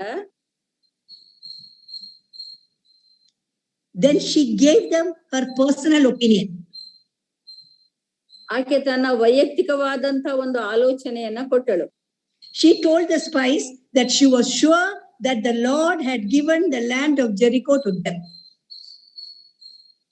ಆಕೆ ಗೂಢಚಾರರಿಗೆ ಹೇಳಿದ್ದು, ಯೆರಿಕೋ ಪಟ್ಟಣವನ್ನು ದೇವರು ನಿಮ್ಮ ವಶಕ್ಕೆ ಕೊಟ್ಟಿದ್ದಾರೆ. How did Rahab come to such a conclusion? ಇಂಥ ಒಂದು ತೀರ್ಮಾನಕ್ಕೆ ಬರ್ಲಿಕ್ಕೆ ರಹಾಬಳಿಗೆ ಹೇಗೆ ಸಾಧ್ಯವಾಯಿತು? How was she sure? ಈ ಬಗ್ಗೆ ಆಕೆಗೆ ನಿಶ್ಚಯತ್ವ ಹೇಗೆ ಉಂಟಾಯಿತು? We will open Joshua chapter 2 8 to 10. 3 verses will read. Joshua chapter 2, verses 8 to 10. 2ನೇ ಅಧ್ಯಾಯ 8ರಿಂದ 10 ವಚನಗಳನ್ನು ನಾವು ಓದಿಕೊಳ್ಳೋಣ. ಆ ಮನುಷ್ಯರಿಬ್ಬರು ಮಲಗಿಕೊಳ್ಳುವ ಮೊದಲು ಆಕೆ ಮಾಳಿಗೆ ಹತ್ತಿ ಅವರ ಬಳಿಗೆ ಬಂದು ಹೇಳಿದ್ದೇನೆಂದರೆ, ಯೆಹೋವನು ಈ ದೇಶವನ್ನು ನಿಮಗೆ ಕೊಟ್ಟಿರುವುದನ್ನು ಬಲ್ಲೆನು. ನಿಮ್ಮ ನಿಮಿತ್ತ ನಮಗೆ ಮಹಾಭೀತಿಯುಂಟಾಗಿದೆ. ದೇಶದ ನಿವಾಸಿಗಳೆಲ್ಲರೂ ಕಂಗೆಟ್ಟು ಹೋಗಿದ್ದಾರೆ. ನೀವು ಐಗುಪ್ತದಿಂದ ಹೊರಟು ಬಂದ ಮೇಲೆ ಯೆಹೋವನು ನಿಮ್ಮ ಮುಂದೆ ಕೆಂಪು ಸಮುದ್ರವನ್ನು ಬತ್ತಿಸಿ ಬಿಟ್ಟದ್ದನ್ನು, ನೀವು ಯೋರ್ದನ್ನ ಆಚೆಯಲ್ಲಿರುವ ಸಿಹೋನ್, ಓಗ್ ಎಂಬ ಅಮೋರಿಯರ ಅರಸರಿಬ್ಬರನ್ನು ನಿರ್ಮೂಲ ಮಾಡಿದ್ದನ್ನು ಕೇಳಿ ನಮ್ಮ ಎದೆ ಒಡೆದು ಹೋಯಿತು. ನಿಮ್ಮನ್ನು ಎದುರಿಸುವ ಧೈರ್ಯವು ಒಬ್ಬನಲ್ಲಿಯೂ ಇಲ್ಲ. ನಿಮ್ಮ ದೇವರಾದ ಯೆಹೋವನೆಬ್ಬನೇ ಪರಲೋಕದಲ್ಲಿಯೂ ಭೂಲೋಕದಲ್ಲಿಯೂ ದೇವರು. ಆದ್ದರಿಂದ ದೇವರು ಎಂಬುದಾಗಿ. See, from her young days, she had been hearing stories of Israel's deliverance. ಇಸ್ರಾಯೇಲ್ಯರು ಐಗುಪ್ತ ದೇಶದಿಂದ ವಿಮೋಚಿಸಲ್ಪಟ್ಟಂತ ಸಂಗತಿಯ ಕುರಿತಾಗಿ ಆಕೆ ತನ್ನ ಚಿಕ್ಕ ಪ್ರಾಯದಿಂದಲೂ ಕೂಡ ಕೇಳುತ್ತಾ ಇದ್ದಳು. Rest of the people might not listen to it as a story, but Rahab had listened to it as a reality. ಬೇರೆ ಜನರು ಒಂದ್ ವೇಳೆ ಅದು ಕಲ್ಪನಾ ಕಥೆ ಇರಬಹುದು ಎಂಬುದಾಗಿ ಭಾವಿಸಿರ್ಲಿಕ್ಕೆ ಸಾಕು, ಆದರೆ ರಹಾಬಳು ಅದು ಸತ್ಯ ಸಂಗತಿ ಎಂಬುದಾಗಿ ಆಕೆ ನಂಬಿದ್ದಳು. Because she had heard about the plagues of Egypt. ಐಗುಪ್ತ ದೇಶದಲ್ಲಿ ಉಂಟಾದಂತ ರೋಗಗಳ ಬಾಧೆಗಳ ಕುರಿತಾಗಿ ಆಕೆಗೆ ತಿಳಿದಿತ್ತು. And she knew how the firstborn of the Egyptians were killed by the God of Israel. Israel ದೇವರಿಂದ ಐಗುಪ್ತರ ಚೊಚ್ಚಲು ಮಕ್ಕಳುಗಳು ವಧಿಸಲ್ಪಟ್ಟದರ ಕುರಿತಾಗಿ ಕೂಡ ಆಕೆಗೆ ಗೊತ್ತಿತ್ತು. She knew how God had parted the sea, Red Sea, to make the Israelites walk on dry land. ಇಸ್ರಾಯೇಲ್ಯರು ಕೆಂಪು ಸಮುದ್ರವನ್ನು ದಾಟುವ ಸಲುವಾಗಿ ದೇವರು ಅದನ್ನ ವಿಭಾಗಿಸಿ ಒಣ ನೆಲದ ಮೇಲೆ ಅವರನ್ನು ಕರೆದುಕೊಂಡು ಹೋದ ಸಂಗತಿಯ ಅರಿವು ಕೂಡ ಆಕೆಗೆ ಇತ್ತು. She also knew how Egyptian powerful army was drowned in the water by the God of Israel. ಇಸ್ರಾಯೇಲರು ದಾಟಿದ ನಂತರವಾಗಿ ಐಗುಪ್ತರ ಬಲವಾದಂತ ಸೈನ್ಯ ಬಲವು ಆ ಕೆಂಪು ಸಮುದ್ರದಲ್ಲಿ ಪೂರ್ತಿಯಾಗಿ ಮುಳುಗಿ ಹೋದ ಸಂಗತಿಯ ಅರಿವು ಕೂಡ ರಹಾಬಳಿಗಿತ್ತು. And she had believed it because she knew all this could not have been anything from the man's side. It would have been divine. ಆಕೆಗೆ ಇದರ ಮೂಲಕವಾಗಿ ಈ ಒಂದು ಘಟನೆಗಳು ನಡೆಯಲಿಕ್ಕೆ ಮನುಷ್ಯನ ಬುದ್ಧಿವಂತಿಕೆಯಿಂದ ಖಂಡಿತ ಸಾಧ್ಯ ಇಲ್ಲ. ದೈವಿಕವಾದಂತ ಪರಾಂಬರಿಕೆಯ ಮೂಲಕವಾಗಿ ಮಾತ್ರ ಇದು ಸಂಭವಿಸಲಿಕ್ಕೆ ಸಾಧ್ಯ ಎನ್ನುವಂತ ನಿರ್ಧಾರಕ್ಕೆ ಆಕೆ ಬಂದಳು. And she had believed it because she knew that none of the Canaanite gods that the people worship was able to do any such thing. ಆಕೆ ಇದನ್ನ ನಂಬಿದ್ದಳು. ಯಾಕಂದ್ರೆ ಸುತ್ತಮುತ್ತಲಿನ ಕಾನಾನ್ಯರ ದೇವರುಗಳನ್ನು ಅವಲಂಬಿಸಿದ್ದ ಜನರಲ್ಲಿ ಅವರ ದೇವರು ಇಂಥ ಕಾರ್ಯ ಮಾಡಿದರ ವಿಷಯವಾಗಿ ಆಕೆಗೆ ಏನೂ ಗೊತ್ತಿರಲಿಲ್ಲ, ಅವರು ಮಾಡಿ ಕೂಡ ಇರಲಿಲ್ಲ. Rahab in her heart had already believed that God of Israel is the true and living God. ಹೀಗಾಗಿ ರಹಾಬಳು ಮನಃಪೂರ್ವಕವಾಗಿ ಇಸ್ರಾಯೇಲ್ಯರ ದೇವರು ಮಾತ್ರವೇ ಸತ್ಯ ದೇವರಾಗಿದ್ದು ಜೀವ ಸ್ವರೂಪನಾದ ದೇವರಾಗಿದ್ದಾರೆ ಎಂಬುದನ್ನು ಅರಿತುಕೊಂಡವಳಾಗಿದ್ದಳು. And one thing we can see, when she was conversing with the spies, she was concentrating on the glory of God. ಆಕೆ ಈ ಗೂಢಾಚಾರರ ಜೊತೆಯಲ್ಲಿ ಮಾತನಾಡುತ್ತಾ ಇರುವಾಗ ಆಕೆಯ ಗಮನ ಇಸ್ರಾಯೇಲ್ ದೇವರು ಎಂತ ಮಹಿಮಾ ಸ್ವರೂಪನಾದ ದೇವರು ಎನ್ನುವುದರ ಮೇಲೆ ಕೇಂದ್ರೀಕೃತವಾಗಿತ್ತು. Her stress was on God of Israel. Israel ದೇವರು ಎಂತ ಮಹತ್ಕಾರ್ಯಗಳನ್ನ ಮಾಡ್ಲಿಕ್ಕೆ ಸಾಧ್ಯ ಎನ್ನುವಂತ ಒತ್ತಡ ಆಕೆಯ ಮನಸ್ಸಿನಲ್ಲಿತ್ತು. We can read Joshua chapter 2 verse 11. ಯೆಹೋಶುವನಿಗೆ ಬರೆದ ಪತ್ರಿಕೆ 2ನೇ ಅಧ್ಯಾಯದ 11ನೇ ವಚನವನ್ನ ನಾವು ಓದುವುದಾದರೆ, ಸಿಹೋನ್, ಓಗ್ ಎಂಬ ಅಮೋರಿಯರ ಅರಸರಿಬ್ಬರನ್ನು ನಿರ್ಮೂಲ ಮಾಡಿದ್ದನ್ನು ಕೇಳಿ ನಮ್ಮ ಎದೆ ಒಡೆದು ಹೋಯಿತು. ನಿಮ್ಮನ್ನು ಎದುರಿಸುವ ಧೈರ್ಯವು ಒಬ್ಬನಲ್ಲಿಯೂ ಇಲ್ಲ. ನಿಮ್ಮ ದೇವರಾದ ಯೆಹೋವನೊಬ್ಬನೇ ಪರಲೋಕದಲ್ಲಿಯೂ ಭೂಲೋಕದಲ್ಲಿಯೂ ದೇವರು.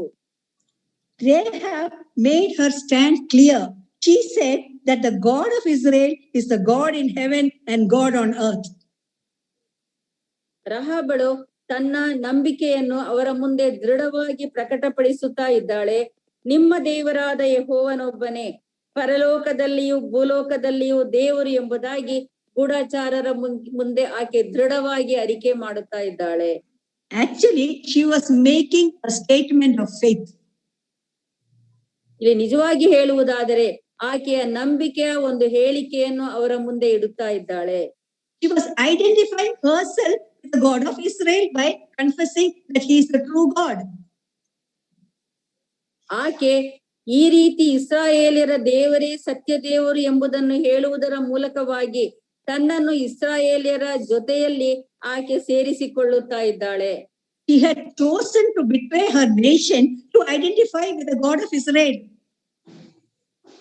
ಆಕೆ ಇಸ್ರಾಯೇಲರ ದೇವರ ಪರ ವಹಿಸುವುದರ ಮೂಲಕವಾಗಿ ತನ್ನ ಜನರಿಗೆ ಆಕೆ ವಿರೋಧವಾಗಿ ನಿಂತದ್ದನ್ನು ನಾವು ಗುರುತಿಸಬಹುದಾಗಿದೆ.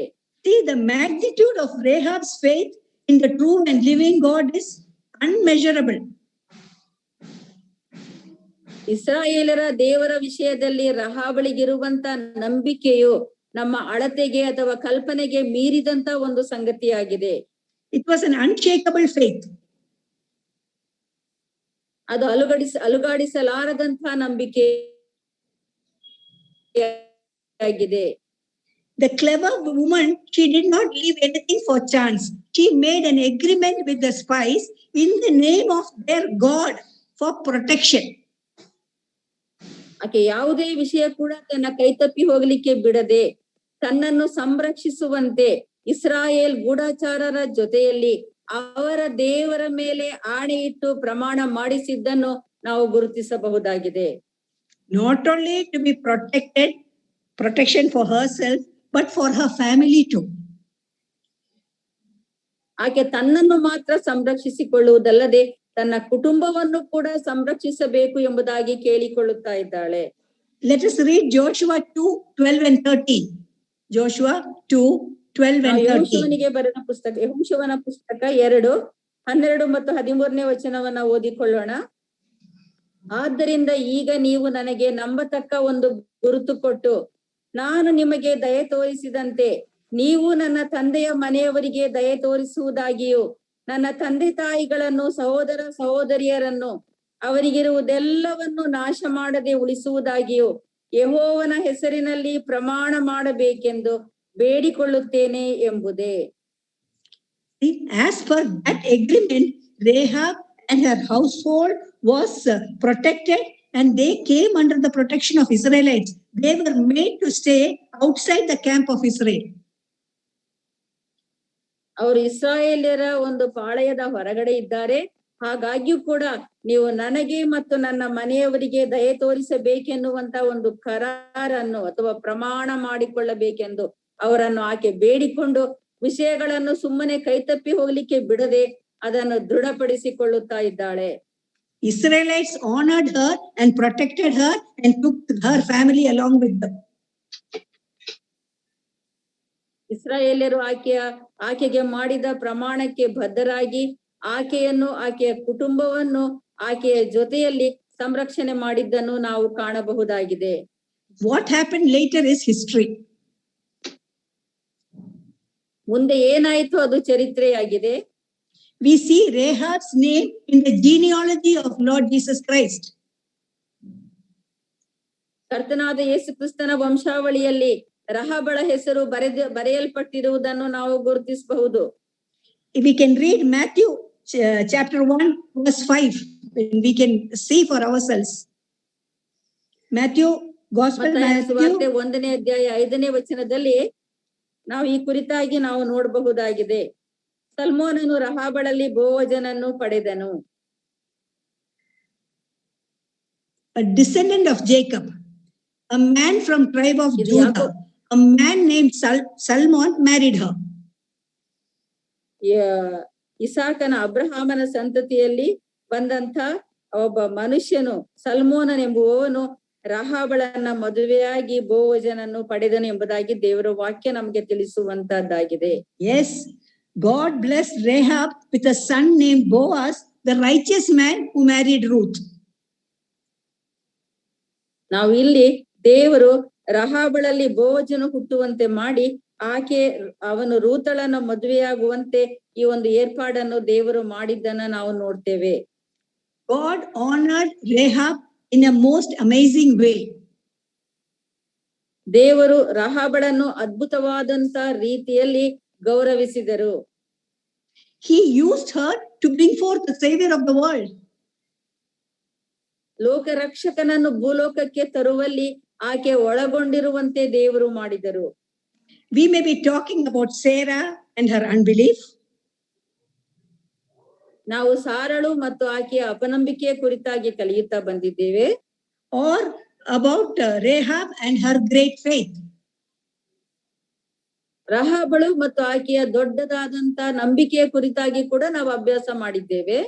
But through all that, what we are doing is we are seeing the glory, power, majesty of our great God.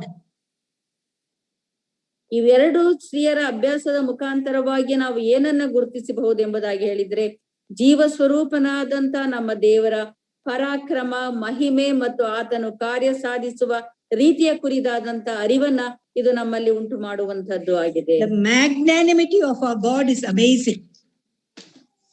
ನಮ್ಮ ದೇವರ ಈ ಮಹೋನ್ನತ ಸ್ವಭಾವವು ಅದು ಅದ್ಭುತವಾಗಿ ಆಶ್ಚರ್ಯಕರವಾಗಿ ಇರುವಂತಹದ್ದಾಗಿದೆ. First point. ಮೊದಲನೇದಾಗಿ, God did not ridicule or belittle or condemn Sarah for her unbelief. ಸಾರಳ ಅಪನಂಬಿಕೆಗಾಗಿ ದೇವರು ಆಕೆಯನ್ನ ಖಂಡಿಸಲಿಲ್ಲ, ಹಾಸ್ಯ ಮಾಡಲಿಲ್ಲ, ಅಥವಾ ಅವಳನ್ನು ಅಲಕ್ಷ್ಯ ಭಾವದಿಂದಲೂ ಕೂಡ ದೇವರು ನೋಡಲಿಲ್ಲ. He encouraged her and kept her going. ಆ ದೇವರು ಸಾರಳನ್ನು ಪ್ರೋತ್ಸಾಹ ಪಡಿಸಿದರು ಮತ್ತು ಆಕೆ ಮುಂದೆ ಹೋಗುವಂತೆ ಆಕೆಗೆ ಸಹಾಯ ಮಾಡುತ್ತಾ ಬಂದರು. That's exactly what God does to you and me. ಅದೇ ಒಂದು ಕಾರ್ಯವನ್ನು ದೇವರು ಈ ದಿವಸದಲ್ಲಿ ನನ್ನಲ್ಲಿ ಮತ್ತು ನಿಮ್ಮಲ್ಲಿ ಮಾಡುತ್ತಾ ಇರುವ ಆತನಾಗಿದ್ದಾರೆ. When we search our heart, we know how often we fail him, but yet he is faithful to keep us going.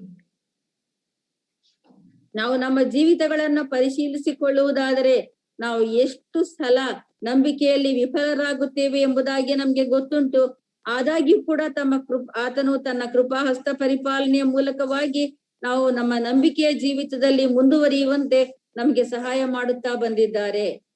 Second point, God was delighted with the great faith of Rahab. ದೇವರು ನಮ್ಮ ಪ್ರಾರ್ಥನೆಯಲ್ಲಿ ಬಹಳವಾಗಿ ಸಂತೋಷಿಸುವಾತನು ಆಗಿದ್ದಾರೆ. God was delighted with the great faith of Rahab. ರಹಾಬಳ ನಂಬಿಕೆಯ ಬಲವಾದಂತ ನಂಬಿಕೆಯಲ್ಲಿ ದೇವರು ಹರ್ಷಿಸುವಾತನು ಆಗಿದ್ದಾರೆ. And he honored her. ದೇವರು ಆಕೆಯನ್ನ ಗೌರವಿಸಿದರು. He is pleased when we exercise great faith in him. ನಾವು ಆತನಲ್ಲಿ ನಮ್ಮ ನಂಬಿಕೆಯನ್ನು ವ್ಯಕ್ತಪಡಿಸುವಾಗ ಅದು ದೇವರನ್ನ ಸಂತೋಷ ಪಡಿಸುವಂತಹ ಒಂದು ಕಾರ್ಯವಾಗಿದೆ. Each of us can search our heart and know how he works in us. ನಾವು ಪ್ರತಿಯೊಬ್ಬರು ಕೂಡ ನಮ್ಮ ಅಂತರ್ಯವನ್ನು ಪರಿಶೀಲಿಸಿಕೊಂಡವರಾಗಿ ದೇವರು ನಮ್ಮಲ್ಲಿ ಹೇಗೆ ಕಾರ್ಯ ಸಾಧಿಸುತ್ತಾ ಇದ್ದಾರೆ ಎಂಬುದನ್ನು ಗುರುತಿಸಿಕೊಳ್ಳುವುದು ಉತ್ತಮ. Unlike Rahab, from our young days, we are hearing about God, we are reading about his word, messages after messages we are listening. ರಹಾಬಳ ಹಾಗೆ ನಾವು ನಮ್ಮ ಬಾಲ್ಯದಿಂದಲೂ ಕೂಡ ದೇವರ ವಾಕ್ಯವನ್ನ ಕೇಳುತ್ತಾ ಇದ್ದೇವೆ, ದೇವರ ವಾಕ್ಯವನ್ನ ಓದುತ್ತಾ ಇದ್ದೇವೆ.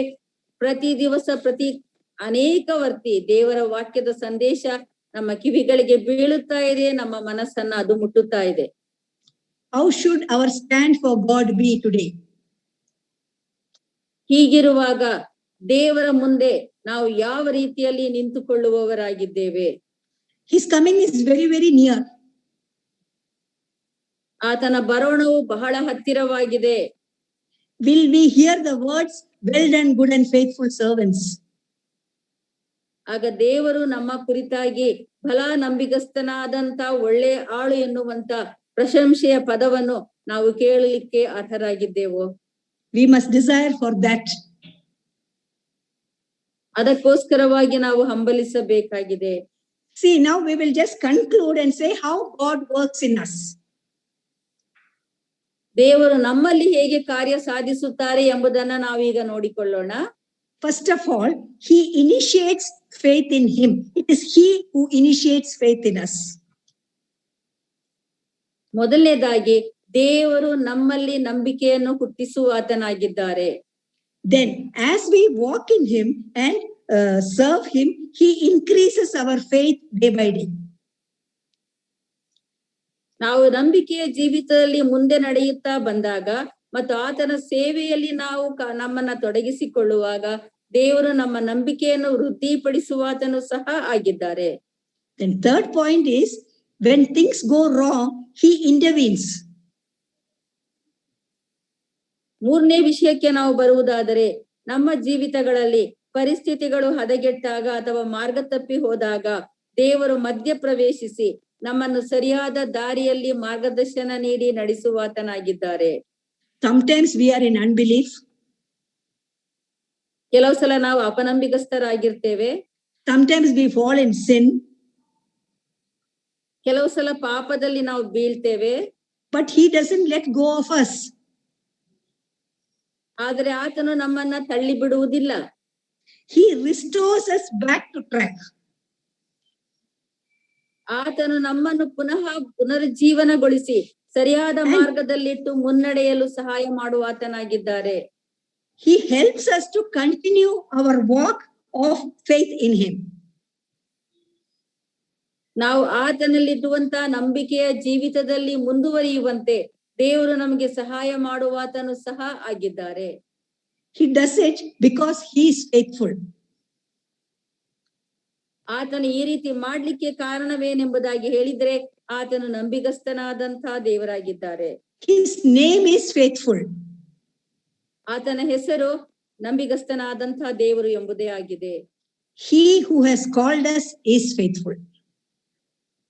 ನಮ್ಮನ್ನು ಕರೆದಾತನು ನಂಬಿಗಸ್ತನಾಗಿದ್ದಾರೆ.